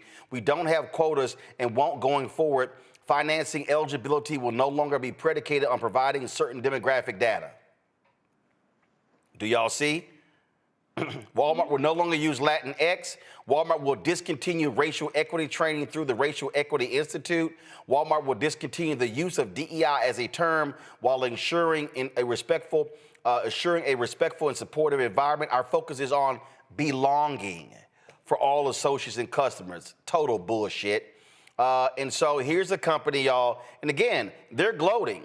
Look what he says. We've now changed policy at companies worth over $2 trillion. That's what they did. Look at this. Our campaigns are now so effective that we're getting the biggest companies on earth to change their policies without me even posting a story outlining their woke policies. Companies can clearly see that America wants normalcy back. The era of wokeness is dying right in front of our eyes. The landscape of corporate America is quickly shifting to sanity and neutrality. We're now the trend, not the anomaly. Joe, did I not call it? Yeah, I mean, I try. I've been telling everybody since 2009, we're living in the age of white minority resistance. And these white folks like this guy right here, they want to get rid of any program that helps black folks or any other minority group. And in their minds, oh, no, we don't want just 95% of the money. We want all of the money. Right, and so much so that if without, soliciting, openly certain companies and suppliers, that you get to 5%, the Walmarts of the world, they might get sued just because they got to 5%. And that underlying that is nothing short of entitlement. For so many in this society have had, particularly white folks, have had the force of tradition, the force of legacy, the force of relationships, affirmative action, and things like that. And DEI, we're about having the force of law because we didn't have anything else. And so switching that back is not about, restoring fairness. What it's about is regaining a lost advantage. If things go back to the way they were, that means that there are more advantaged, and therefore there's expectation and entitlement tied into that. So even someone that gets to a healthy percentage of minorities, people of color, women, et cetera, even though there's an argument that particularly white women will continue to benefit and be on the privileged side, which is why they frankly voted the way that they did, they'll get sued. They will get sued for that very reason. So, it's a serious problem. And, we're going to have to decide what we're going to do and how we're going to deal with it, because what they're trying to do is basically go back to the Stone Age and say, all of this is ours. All of this belongs to us. And that's where we should be. Mustafa, I guess, have you seen anything from the NAACP? Anything from the Urban League? Anything from these civil rights groups? I mean, is anybody it's just gonna be like, oh, okay, oh well, all right. So what are they gonna do? Have another panel? I mean, you hit it on the head. You and I, we often are in alignment with the way that we think about these issues. Frederick Douglass once said that power concedes nothing without a demand. It never has, and it never will. And we've seen these companies moving away from DEI and a number of other sets of actions and policies that are critical for the healing of our nation. But yet, you don't see anybody in the street marching. You don't see anybody talking about economic boycotts and taking away resources from these folks, because the other folks on the other side of the equation are saying, yes, we will do this. Yes, we'll take you to court. Yes, we'll do all these other types of things. But then on the side of folks who say that they are trying to actually move this country forward, we don't see that. People are silent.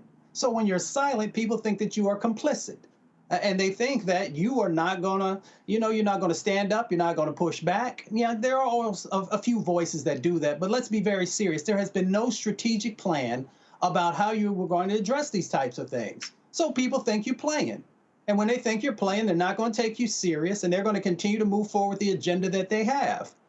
So if you want change to happen, then that means you got to put some skin in the game. It means it's not going to be easy. I understand, because I came from a rural community. I saw Walmart move into an area and take away all the mom and pop shops because they couldn't compete with prices.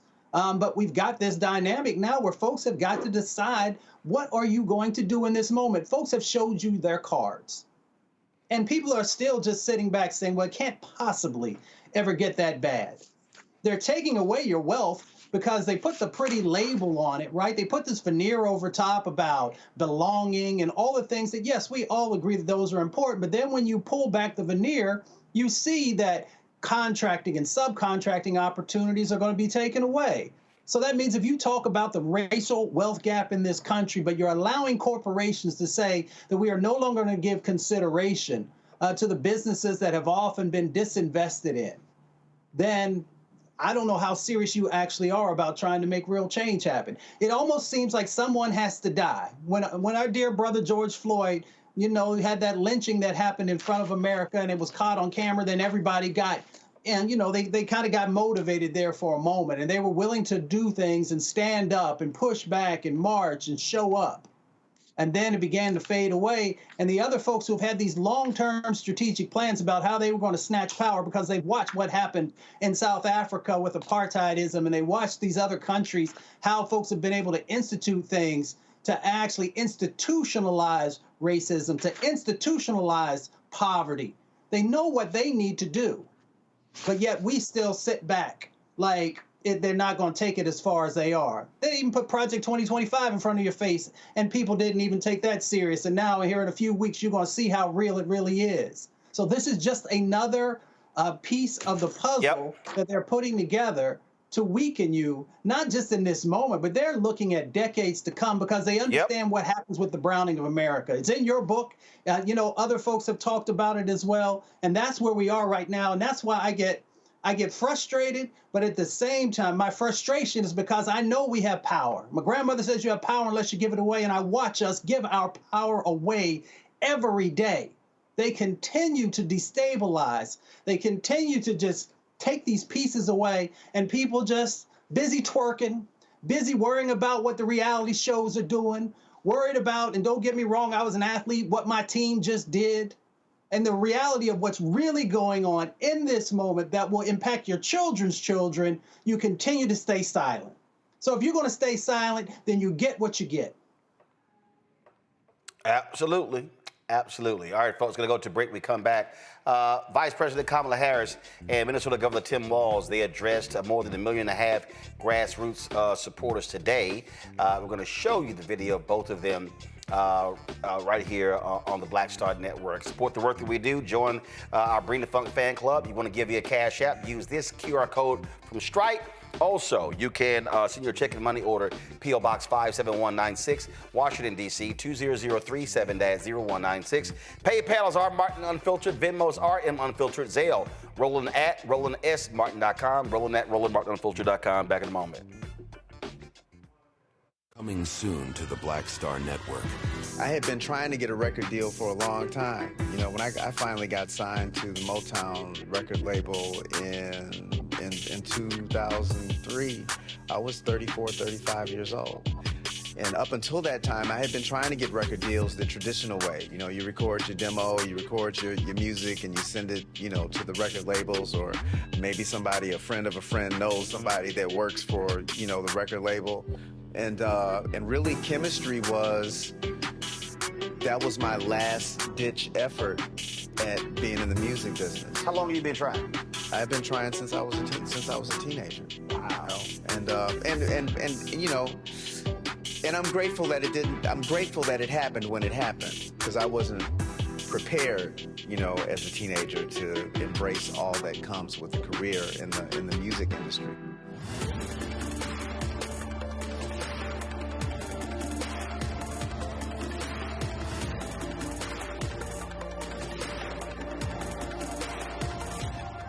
Look, Fanbase is more than a platform. It's a movement to empower creators, offering a unique opportunity for everyday people to invest in Black-owned tech, infrastructure, and help shape the future of social media.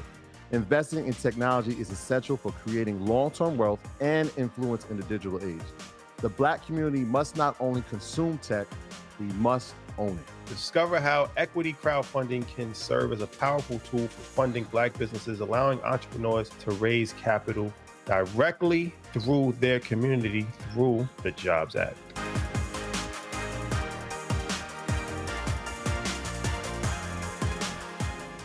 Hi, I'm Jo Marie Payton, voice of Sugar Mama on Disney's Louder and Prouder Disney Plus, and I'm with Roland Martin on Unfiltered.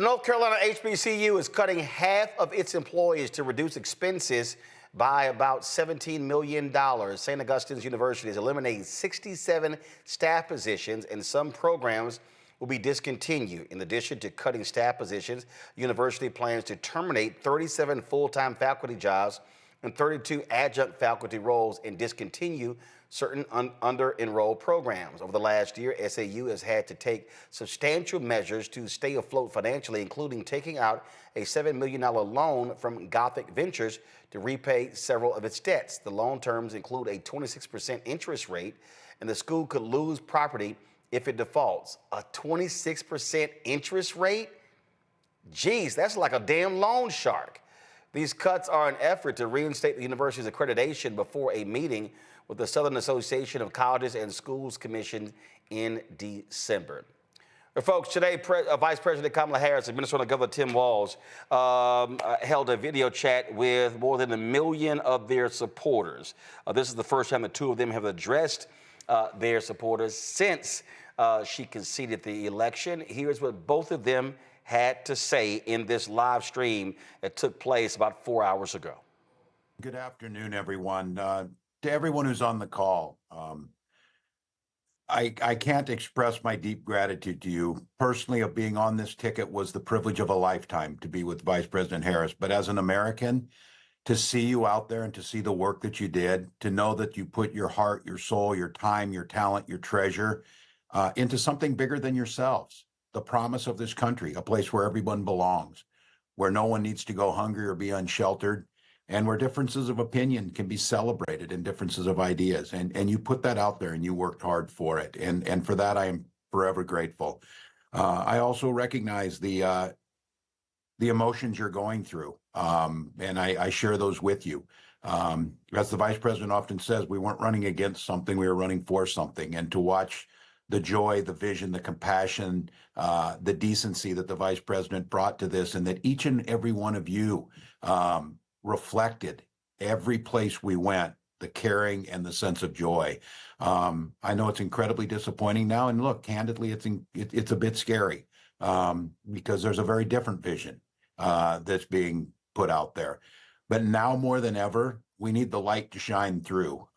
We need to be able to be that hope for the neighbor who's really wondering. We need to be that anchor for the folks who are wondering what's next. And each of you did the work. You took time out of your busy lives and you continued to do it. And it makes a difference. On the campaign trail, I would ask, there will be a day of reckoning when it will be asked, what did you do during the 2024 campaign? Well, I know the people on this call can say everything they possibly could. And for that, as an American, I'm incredibly grateful. And I mentioned that just yesterday, the product of the things the Vice President fought for and the things that she got done. We had the final pot of money from the American Rescue Plan that we were able to put $5 million here in Minnesota into food assistance for hungry families during this holiday season. That's the type of stuff you are fighting for. That's the type of things that make a difference. And those things are just as important now as they were before Election Day. And so I hope all of you take care of yourselves, take care of your families, find the place in your community to heal both yourselves and your community. And then when you're ready to get back in this fight, because it continues on. And I know that I've said it often on the campaign trail, I'm preaching to the choir. I couldn't be prouder to be with a choir that's on this call. You did everything that was asked. I also would have to say, I think all of us saw the possibility. And I know there's a bit of a feeling of loss because we saw what a real leader looks like. We watched a speech on the Ellipse the week before the election where Vice President Harris delivered on the best of America. She delivered the best of our better angels. She delivered a vision where all of us mattered. She did it with grace and dignity and continued to do that every single day. She is still in this fight. She is doing it every single day. She is not done with her current job, and she's not done being part of it with all of you. And as I said, personally, it was a privilege to be on this ticket. It was a personal privilege to be able to become friends with an incredible leader, which someone who was willing to take on some of the toughest fights and continues to do so. And I would just ask all of you to join me in welcoming our Vice President, Kamala Harris. Thank you, Tim. Thank you. Back at you, brother. You are such an extraordinary leader, and we have become lifelong friends. I just, in front of everyone, I want to thank you, Tim. You lead with courage. You lead with heart. You see the people. You care about the people. You believe in uplifting the dignity to which all people are entitled, and you do it and you have a sense of fun when you're doing it. But you are an extraordinary leader, and obviously the people of Minnesota are very, very lucky to have you there. But you are a national leader and a dear friend, and thank you. Noel, thank you for your work in Pennsylvania and all that you did for our campaign. And let me just say to everyone on this call, I am so grateful for you, and I'm so thankful to you. I'm thankful for your love of our country and your willingness to put the work into it. I'm thankful for the faith that you put in me and Governor Walz and our team. And I am thankful because I know your character is such that you're not going to get knocked down. And you're in this fight. And you're in it for all the right reasons. And I know that about you. It's why you're part of this call right now and all the work that you did over those 107 days and even before. That's your nature. And the outcome of this election obviously is not what we wanted. It is not what we worked so hard for. But I am proud of the race we ran. And your role in this was critical. What we did in 107 days was unprecedented. Think about the coalition that we built, and we were so intentional about that. You would hear me talk about it all the time. Being a daughter of parents who are active in the civil rights movement, I know and believe that the best movements that are about progress in our country mean that it's leaders that we are dedicated to the coalition, to bringing people together that seemingly have nothing in common, but have everything in common. A coalition where we bring people together based on a deep love of our country and our understanding that the strength of our country will be a function of our willingness to put in the work, and that we will do that work with a sense of joy, yes, with a sense of work ethic and understanding it's going to be hard, but it's good work. It's good work. To be engaged in a collective fight for America's future. And it means so much to me and to Governor Walz that you knocked on doors, you called friends, you called in favors. You said, hey, I showed up at your softball game. Now I need you to show up at the campaign office. You put in the time. It was personal for you. And you gave all that you could to support our campaign. Because of your efforts, get this, we raised an historic $1.4 billion, almost $1.5 billion from grassroots supporters alone, the most in presidential campaign history. Nearly 8 million donors contributed an average donation of about $56 to fuel our people-powered campaign. And understand that the work that we did included the work that so many of you here did, which is to talk to first-time voters. Many of you are first-time voters. And to talk about how being involved can make a difference. And that remains true. And that's one of the pieces that I just want us to please take away, that our fight for freedom and for opportunity and for the promise of America, it included, for example, nearly almost 4 million first-time contributors to our campaign because of the work you did of helping people know that they can be engaged and that they're not outside, that they're inside, that we're all in this together. And that work continues. The work must continue of reminding ourselves that we have an ability to stay engaged in a way that will make a difference. The work that you all did, it's going to have lasting effect. Again, I'll say, the election didn't turn out like we wanted it to. Certainly not as we planned for it to. But understand that the work we put into it was about empowering people. That's the spirit with the work we did. Our spirit and our work was about saying that it is a strength that we each have to lift people up, as opposed to beating people down. It is the strength we have that has lasting effect. So all that work that you did that was about engaging with other people, engaging with perfect strangers and in their face seeing a neighbor, that has lasting effect. It reminds people that there are leaders like you who care and will bring us together. And sometimes in the darkest moments, people lose faith in that. Are there people out there that feel that way? And you reminded people that yes, there are. And there are a lot of us. And that strength cannot be taken from us. That is our strength. It cannot be taken from us. So listen, as I said the day after the election, I still strongly believe the light of America's promise will burn bright as long as we never give up and we keep fighting.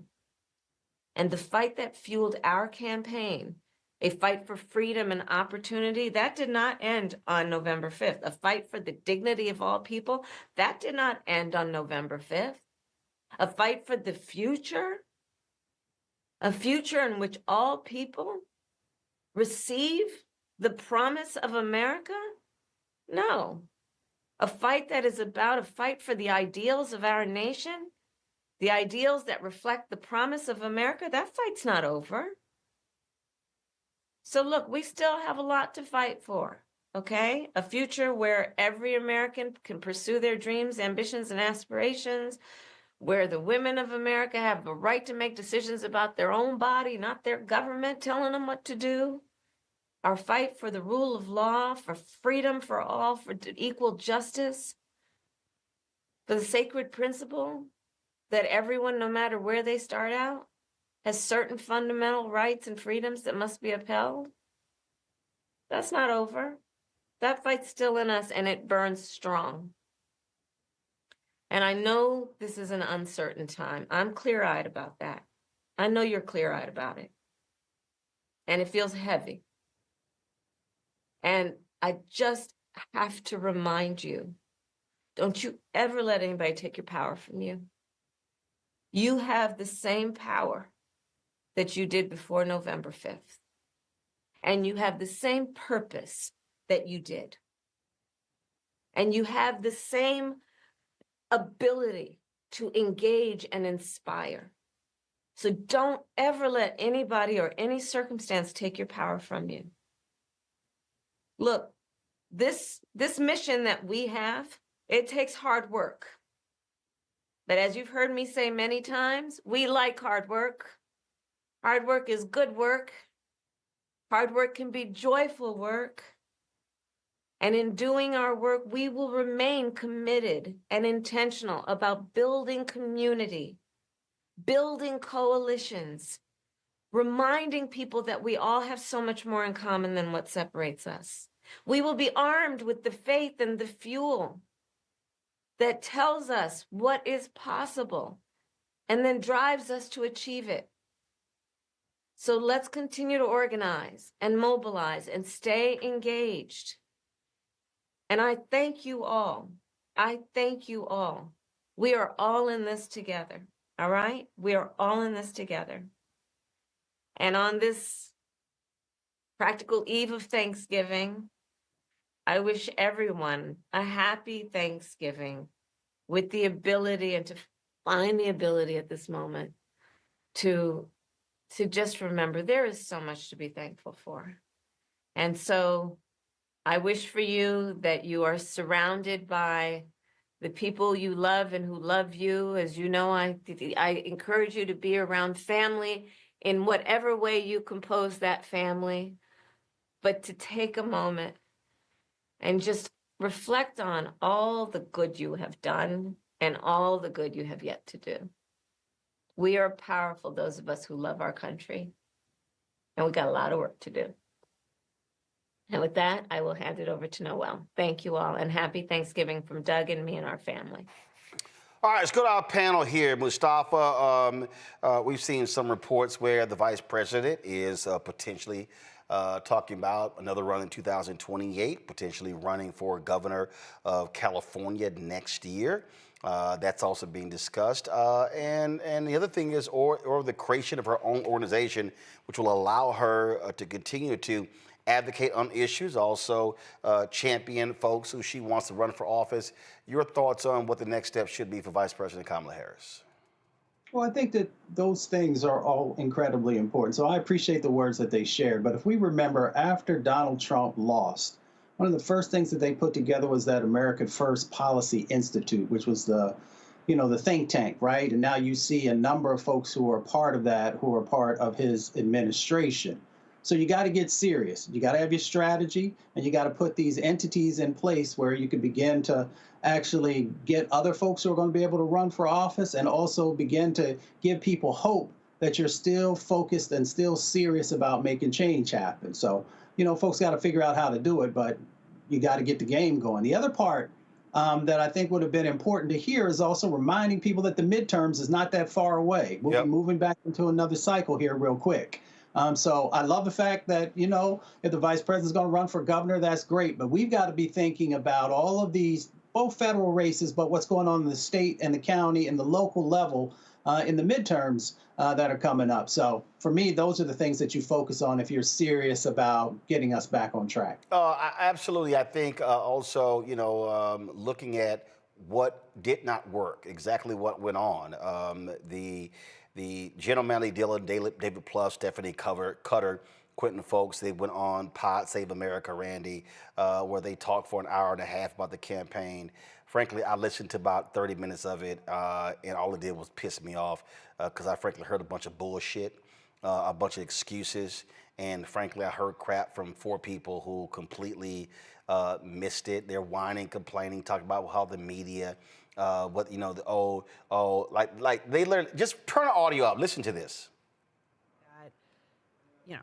We women don't get far in life talking about double standards, so that's not the point. But I do think a narrative, 107 days, 2 weeks fucked up because of a hurricane, 2 weeks talking about how she didn't do interviews, which, she was doing plenty, but we were doing in our own way. We had to, be the nominee, had to find a running mate and do a rollout. I mean, there was all these things that you kind of want to factor in, but real people heard in some way that we were not going to have interviews, which was both not true and also so counter to any kind of standard that was put on Trump that I think that was a problem. And then on top of that, we would do an interview, and to Stephanie's point, the questions were small and processy and about like...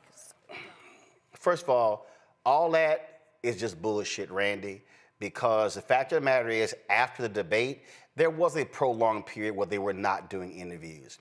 And guess what? They should have had Tim Walz out there doing the interviews. He should have been out there all over media. That's what J.D. Vance was doing. No, they didn't do that. He damn near was in hiding, okay? They bullshit around her coming on our show. Then they wanted to cut my time, and I cussed them out because I was already on the ground in North Carolina. I said, y'all ain't cutting shit, okay? And then we got it, and so we had policy questions. We got 30 minutes.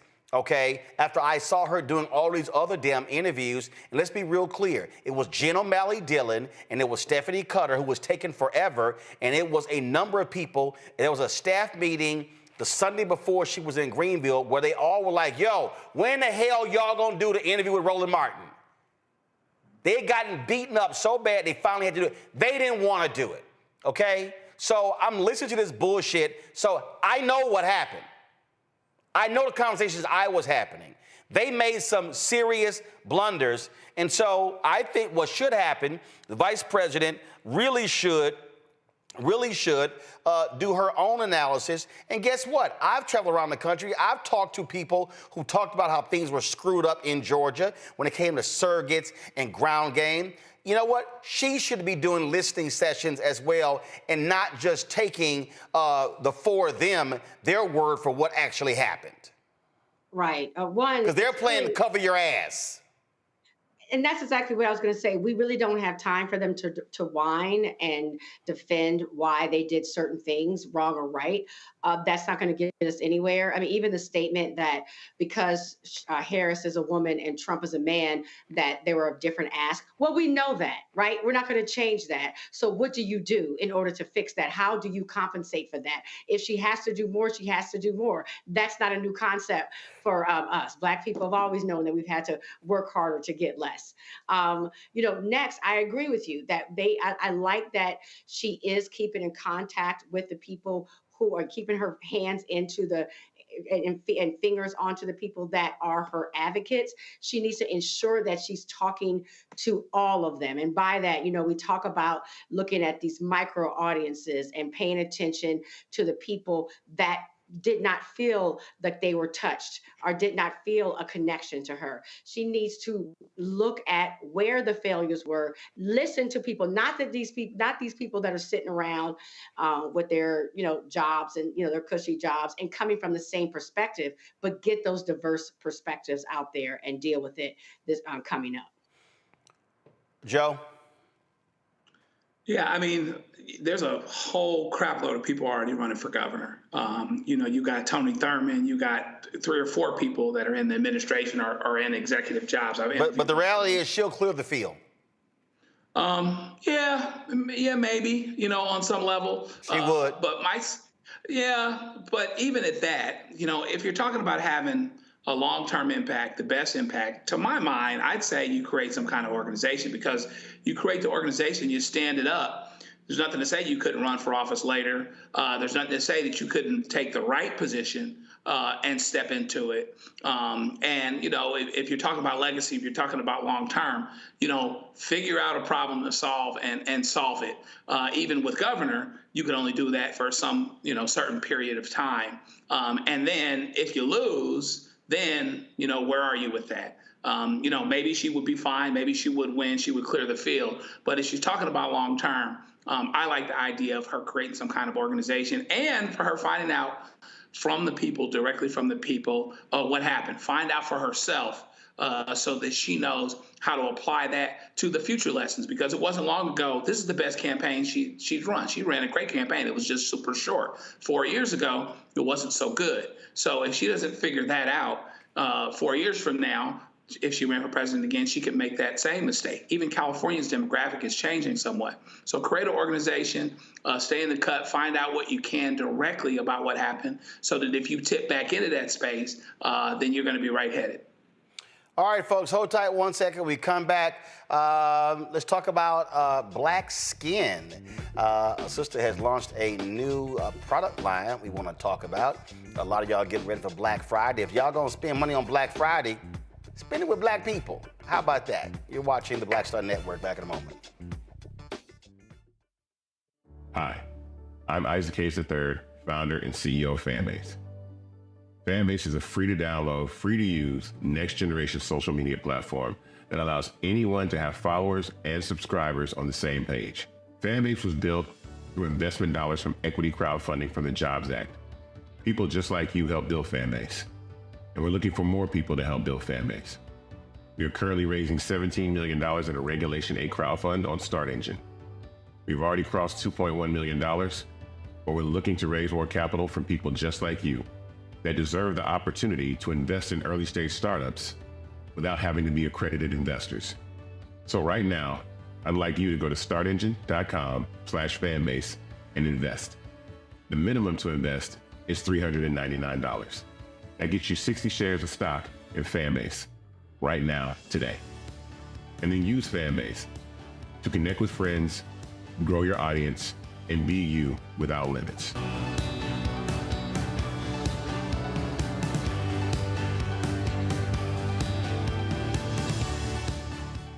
Coming soon to the Black Star Network.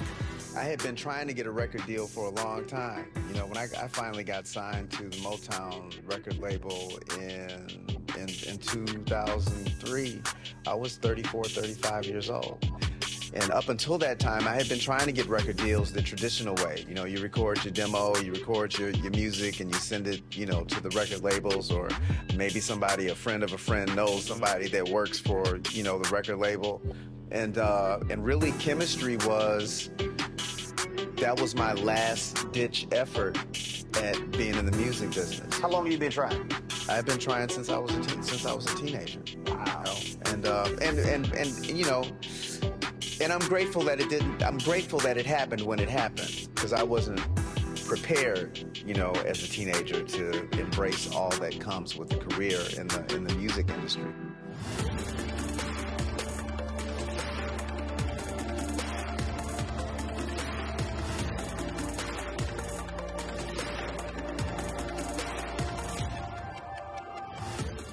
This is Reggie Rock Byford.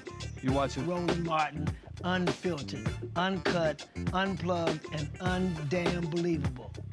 You hear me?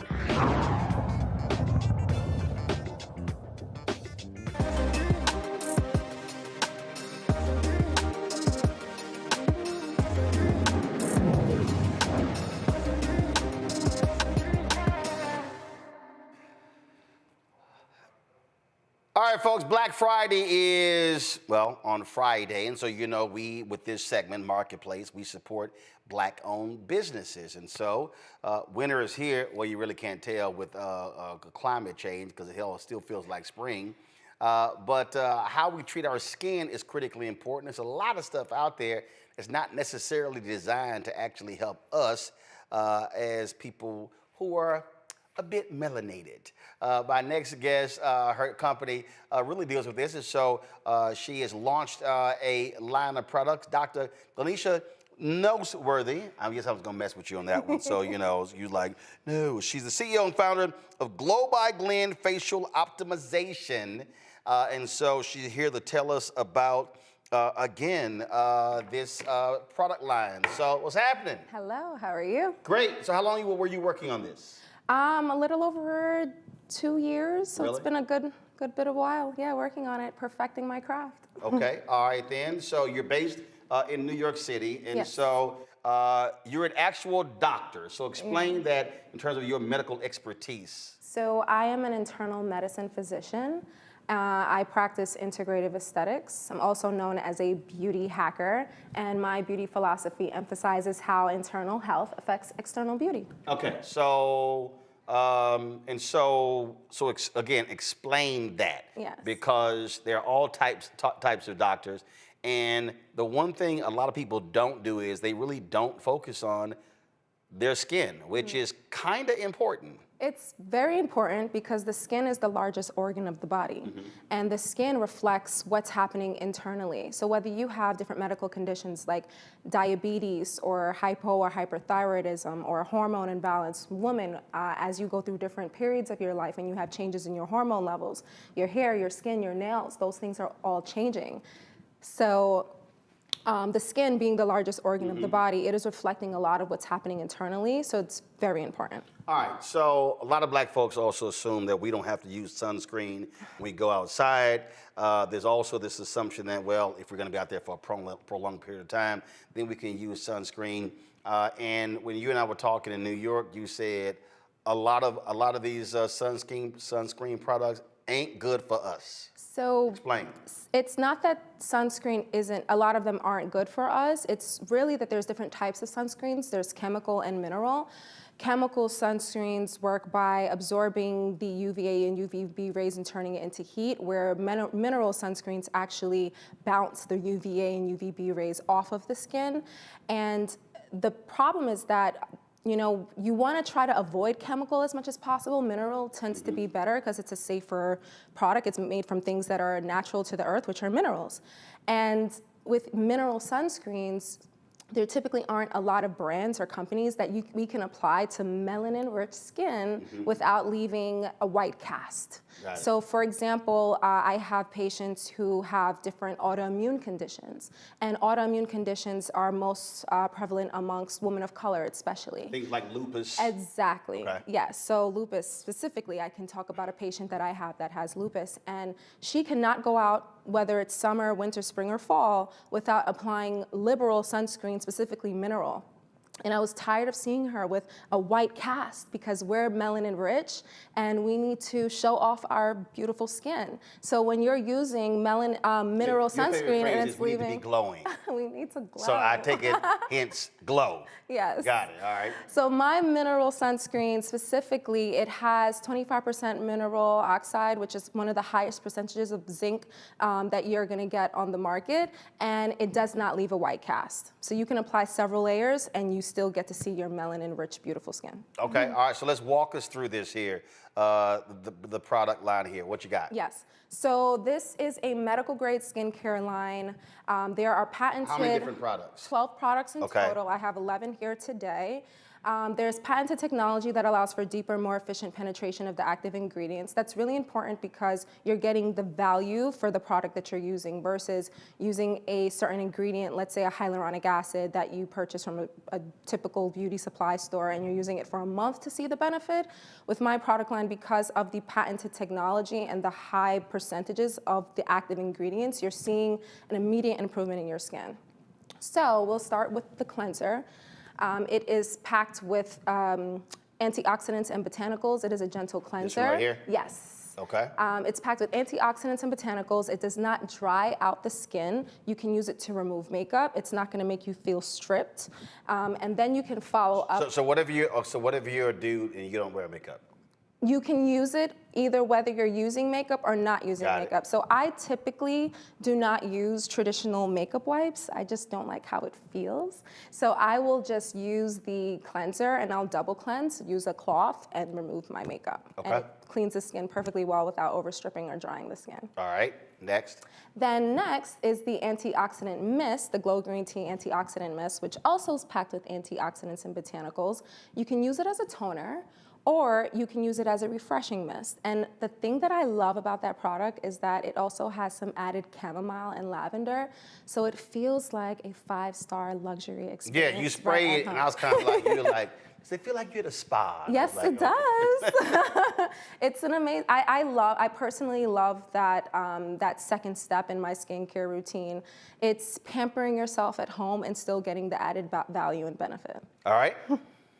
And then the next product is my niacinamide. It is a 15% mixed molecular weight niacinamide. What I love about this product is that it's stronger than most niacinamides on the market. It's 15%, and because it's a mixed molecular weight, you have the smaller particles that actually get into the skin, and then the larger particles lock it in. This product in particular is great at brightening and evening the skin tone, and you apply it, and then it dries right away. Okay. I usually follow this up with L'Eclat, my Age Vitality Elixir. It's a powerhouse age-defying serum. It has green tea. Age-defying serum. It is an age-defying serum. The things in this formulation that is wonderful that has anti-aging benefits is the antioxidants for one. So this has 20% vitamin C, which is also one of the highest percentages that you're going to get on the market. But because it's such a high percentage, one thing you may wonder is, oh, is it going to cause irritation or sensitivity? No, it doesn't actually, because it has green tea polyphenols and ergothioneine. And those two ingredients have a lot of anti-inflammatory and antioxidant benefits. So although you have such a powerful ingredient such as 20% vitamin C and vitamin E, you have these other wonderful buffering anti-inflammatory benefits and properties that are also going to help to increase the glow and radiance of the skin. Because the antioxidants are so strong, and you're going to use this primarily during the day, and it's going to help to decrease the amount of damage that you're going to get from UVA and UVB rays. When my patients ask me, Dr. Glenn, what is it that really brings out the glow in your skin? It's Le Clos. If I had to pick one thing here, it's definitely this serum. Now, are you using these every single day, or for some a few times a week, not daily? So. Yeah, so there's a good majority of them that I use every day. So the first two, How long take you to go through all this? Not long, because the products absorb very quickly. Where some serums tend to sit It's like on the a skin. whole lot to I go know, through. but hear me out. 10, 15 minutes? Maybe 5. Oh, okay, all Maybe right, 5, okay. yeah. But hear me out. Before creating my product line, I used to feel like my products would just sit on my skin. I am very particular with texture, feel, and efficacy. It was really important for me to create a product line that not only looked good, felt good, smelled good naturally without artificial fragrances, but works. That was very important. So what was really important to me is that it absorbs quickly, absorbs well, doesn't leave a cast or film. I have 3 or 4 of these products under my makeup right now. And it applies quickly, it applies smoothly, it absorbs really well, and it feels good. So yes, I use about 5 products in the morning and at night, and then some of them I alternate. I'll move on to the next product, so I'll explain a little bit more about what products I alternate. So the next thing that I use is the Clarté Phytocorrector. So this calms, soothes, and repairs the skin. It has chlorophyll and cannabis in it, in addition to hyaluronic acid. Trying to get folks high? No, but cannabis has wonderful healing properties. And it's great. It has great anti-inflammatory benefits. And me being a Caribbean woman, you know, I appreciate, from Jamaica. Man. Both parents are from Jamaica. I appreciate the healing properties of cannabis, especially in the medical field as a physician. So this product is really great for people who have... No ganja, cannabis in there.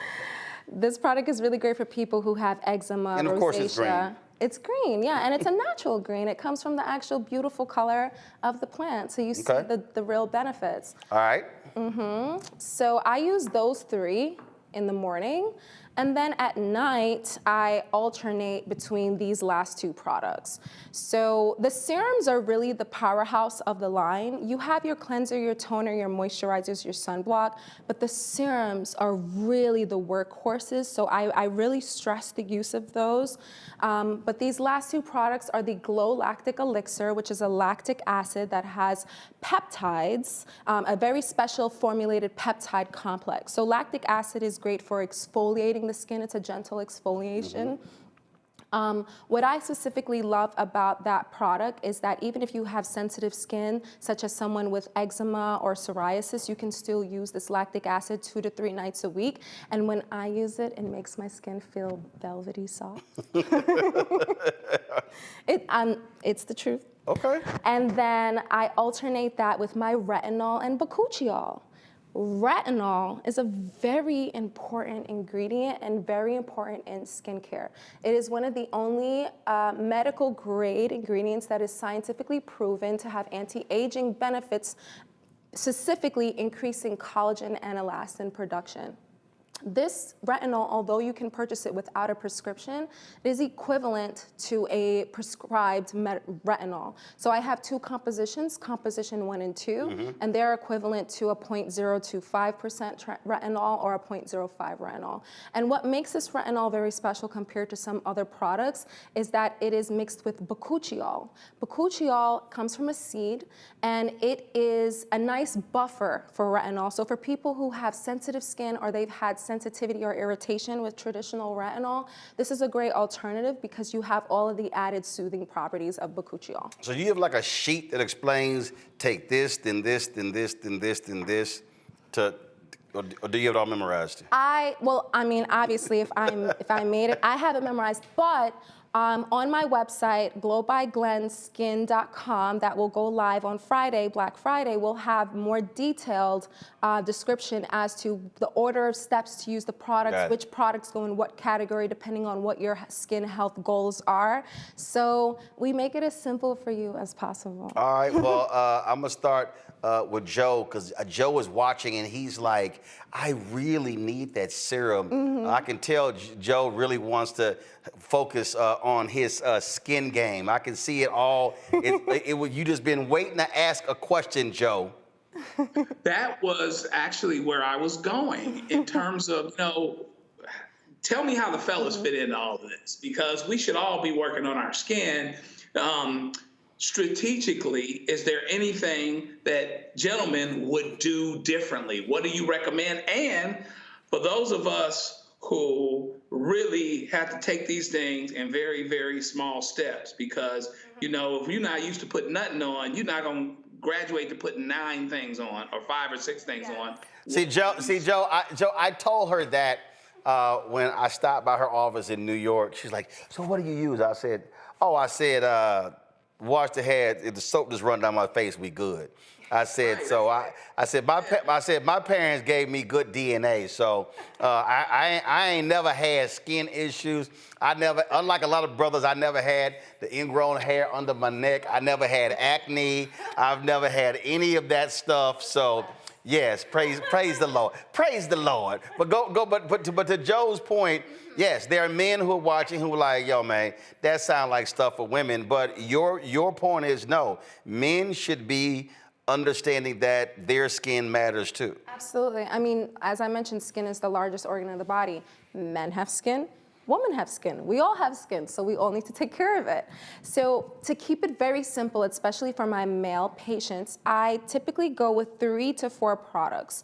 And the 3 products that I tend to recommend is starting with my Gentle Glow Green Tea Antioxidant Clarifier, which is the cleanser. You use that morning and night. The second product that I recommend, Likla. This is going to give you a lot of the anti-aging benefits. It's going to help with hydrating the skin, and it's also going to help to increase the glow and radiance and vibrance of the skin. So this is the second product I recommend. And then lastly, just a simple moisturizer. So the Brillo Aloe Hydrator, this is lightweight and sheer. It doesn't feel like you have anything on the skin. It hydrates really well. You can use it morning and night. And that's your 3-step routine. It's simple. It's going to have a lot of anti-aging and benefits. It's going to hydrate and improve the glow and radiance of the skin. If you want to take it one step further, which I highly recommend. Oh yeah, Joe wants to take it one step further. Yes, he does. Just a mineral-based sunscreen. This mineral-based sunscreen is the sunscreen that I was talking about. The zinc oxide will settle to the bottom because it's such a natural ingredient, and it's real mineral. So it sits at the bottom. You just shake it until you hear the agitator beads rocking back and forth. You use 3 to 4 drops. You spread it throughout. You disperse it throughout the entire surface area of your skin, one thin layer. You can reapply it every few hours, but it doesn't leave that dreaded white cast. All right, Randy. I know she's been waiting to ask a question. Randy? Because look, Randy might be light-skinned, but she's super black. Okay. She do all black stuff. She go to black restaurants. She drink wine from black companies. Okay. So you said wine? She black. Oh, she black. So okay. Randy, if you need any questions about where to buy some black stuff, just hit Randy up. Randy, go ahead with your question, Randy.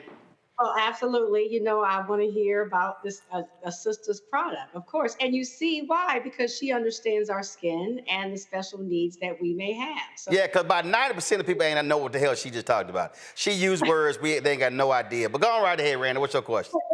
but even about the sunscreen and how we need something different.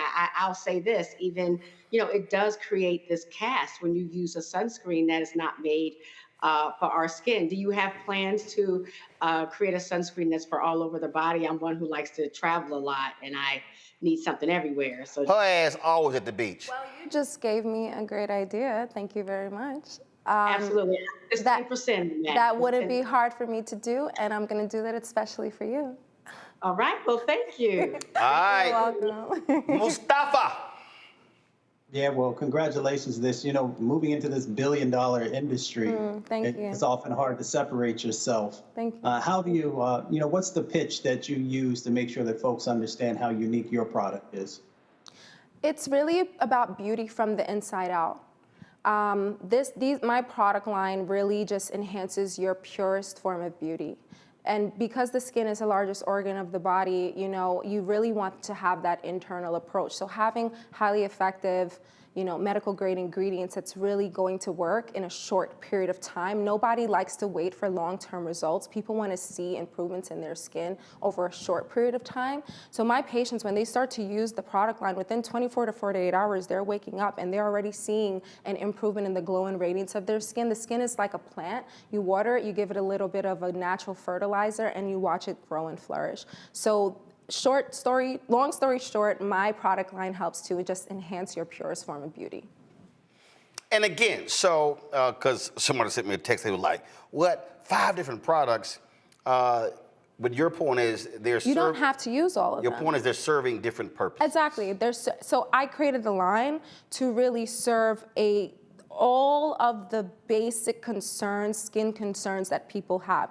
Whether you're looking to brighten and even out your skin tone, because that is a major concern, especially that women of color come to me about. They have uneven hyperpigmentation, maybe from melasma after having children or from acne scars, and they're looking to brighten and even their skin tone. So if you're looking for that, then I have 1 or 2 products specifically for that. Because I was joking with you when I went by your office, I was joking with you because I play lots of golf.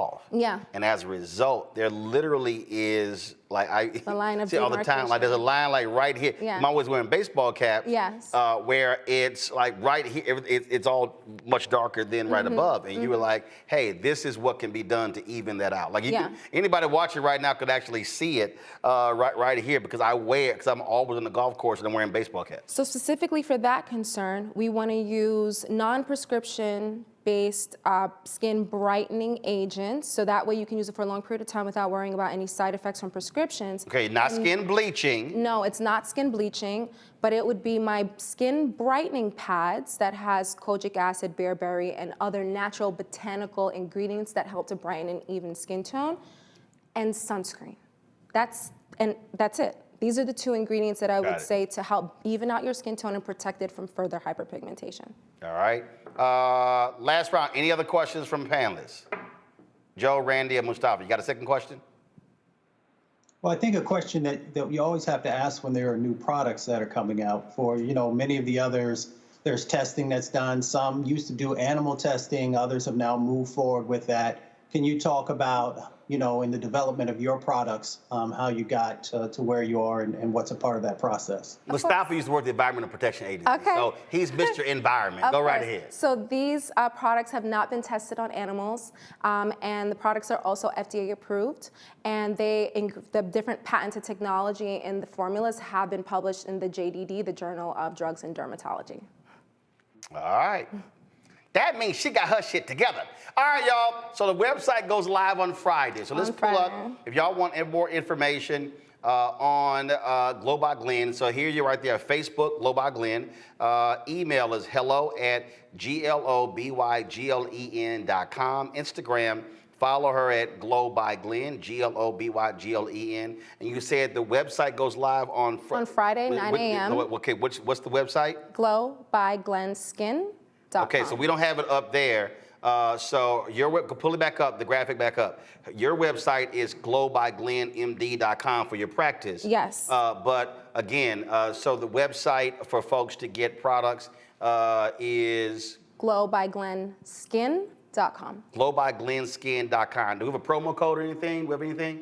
What do we have? All right, y'all tell me later. There's going to be a Black Friday sale website-wide on Friday. No promo code needed. Okay, all right, so because a lot of times folks have one just for our folks. Oh. But that's cool. So glowbyglenskin.com, and it goes live at 9 a.m. on Friday. Correct. All right, Doc, well, appreciate it. Of course, it was a pleasure having me. All right, thanks a bunch. All right, you're welcome. Let me thank Joe, Randy, and Mustafa for being on today's show. Thank you so very much. But hey, before I do go, pull up the video. Y'all know when we had Will Downing on the show, I know a lot of y'all getting ready for Thanksgiving. A bunch of y'all cannot cook. Real quick, Joe, are you cooking or are you eating? What are you doing?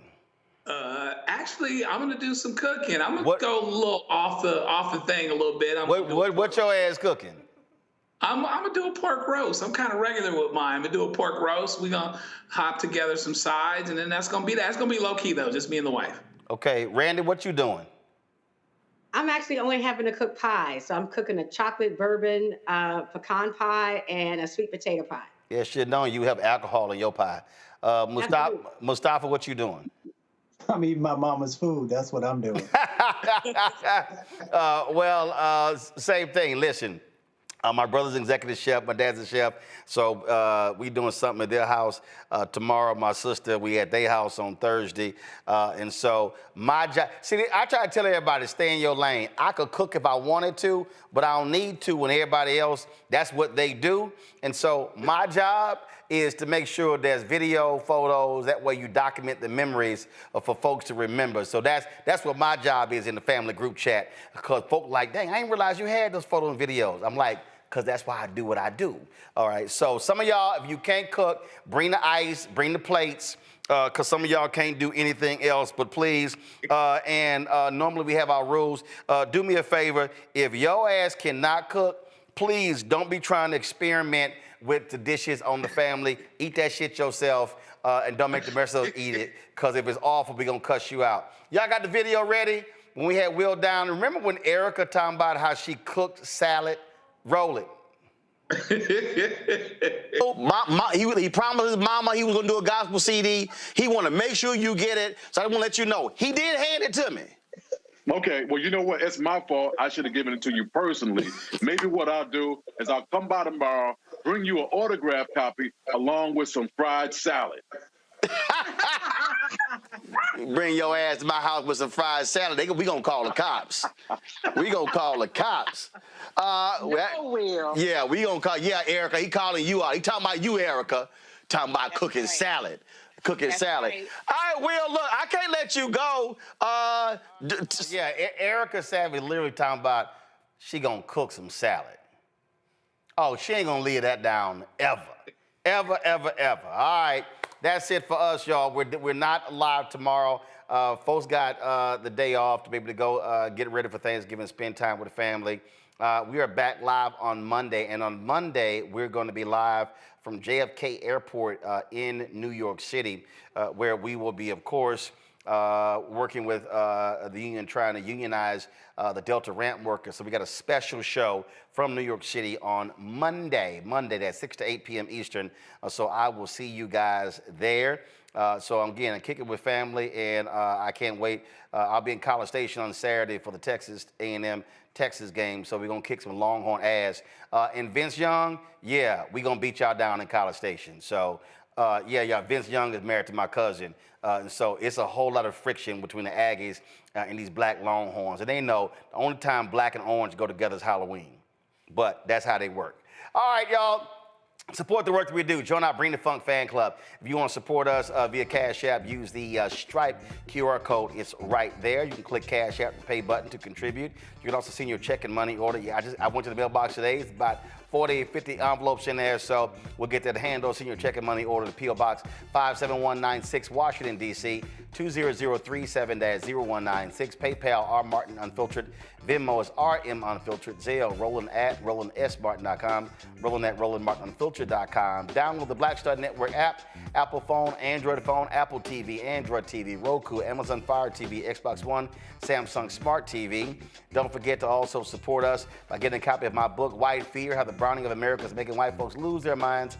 Available at bookstores nationwide. Get the audio version on Audible. Yes, I did read it, so you can check that out. And of course, get your Roland Martin Unfiltered merchandise. You can go to RolandSMartin.com, BlackStarNetwork.com, or you can go to RolandMartin.creator-spring.com. And of course, our new shirt is "Don't Blame Me, I Voted for the Black Woman." So get y'all a shirt. What's up, Doc? Doc threw me a look. She's like, I know he did not. Yes, trust me, yes. Yeah, I'm going to be rocking that shirt for Thanksgiving. I'm going to wear it all around Texas for all them damn MAGA voting fools. I'm going to wear it too. Are you going to get one of those? Yep. Okay, all right, absolutely. And of course, y'all support, download the Fanbase app, as well as, of course, if you want to invest in the Fanbase Black-owned social media app, you can do so. Go to startengine.com, Fanbase, startengine.com, Fanbase. Folks, that's it. Y'all have a fantastic Thanksgiving early. Matter of fact, let me go here. Hold on. Give me 1 second. Since we're not going to be here. And so let me show the photo right now. Give me 1 second. Hold on. Where we at? Roku. Oh, Roku. 1 second. All right, y'all. So shout out my mama. My mama turned 77 years old on Saturday, November 30th. And so early happy birthday to mama. I'll see you. And you know you got to have my pineapple cream cheesecake baked. You know how this works, mama. The family get that one, but I get my own one. Just let you know how that's how. Just let mama know that we have the same birthday. Oh, really? All right, then. Well, Dr. Glenn, happy early birthday. Thank you. Absolutely. And so we'll do that. But she already knows. She already on the clock. She got to have that cake ready. She be trying to get out of that cake. I'm like, they ain't happening. So you know the job you got to do. So go and get them damn ingredients and go make sure that cake is ready when I get to Houston. We ain't trying to start no static. But she know. I'm sure she's listening. She know. Oh, she know. She know how I roll. All right, y'all, that's it. I'll see y'all on Monday. Have a fantastic Thanksgiving. Enjoy your family. And if any MAGA people want to come over, tell them they can't. Tell them go eat with Trump. All right, y'all. I'll see y'all on Monday. Holla! Black Star Network is here. Oh, no punch! I'm real revolutionary right now. Thank you for being the voice of Black America. All momentum we have now, we have to keep this going. The video looks phenomenal. See, there's a difference between Black Star Network and black-owned media and something like CNN. You can't be black-owned media and be scared. It's time to be smart. Bring your eyeballs home. You dig?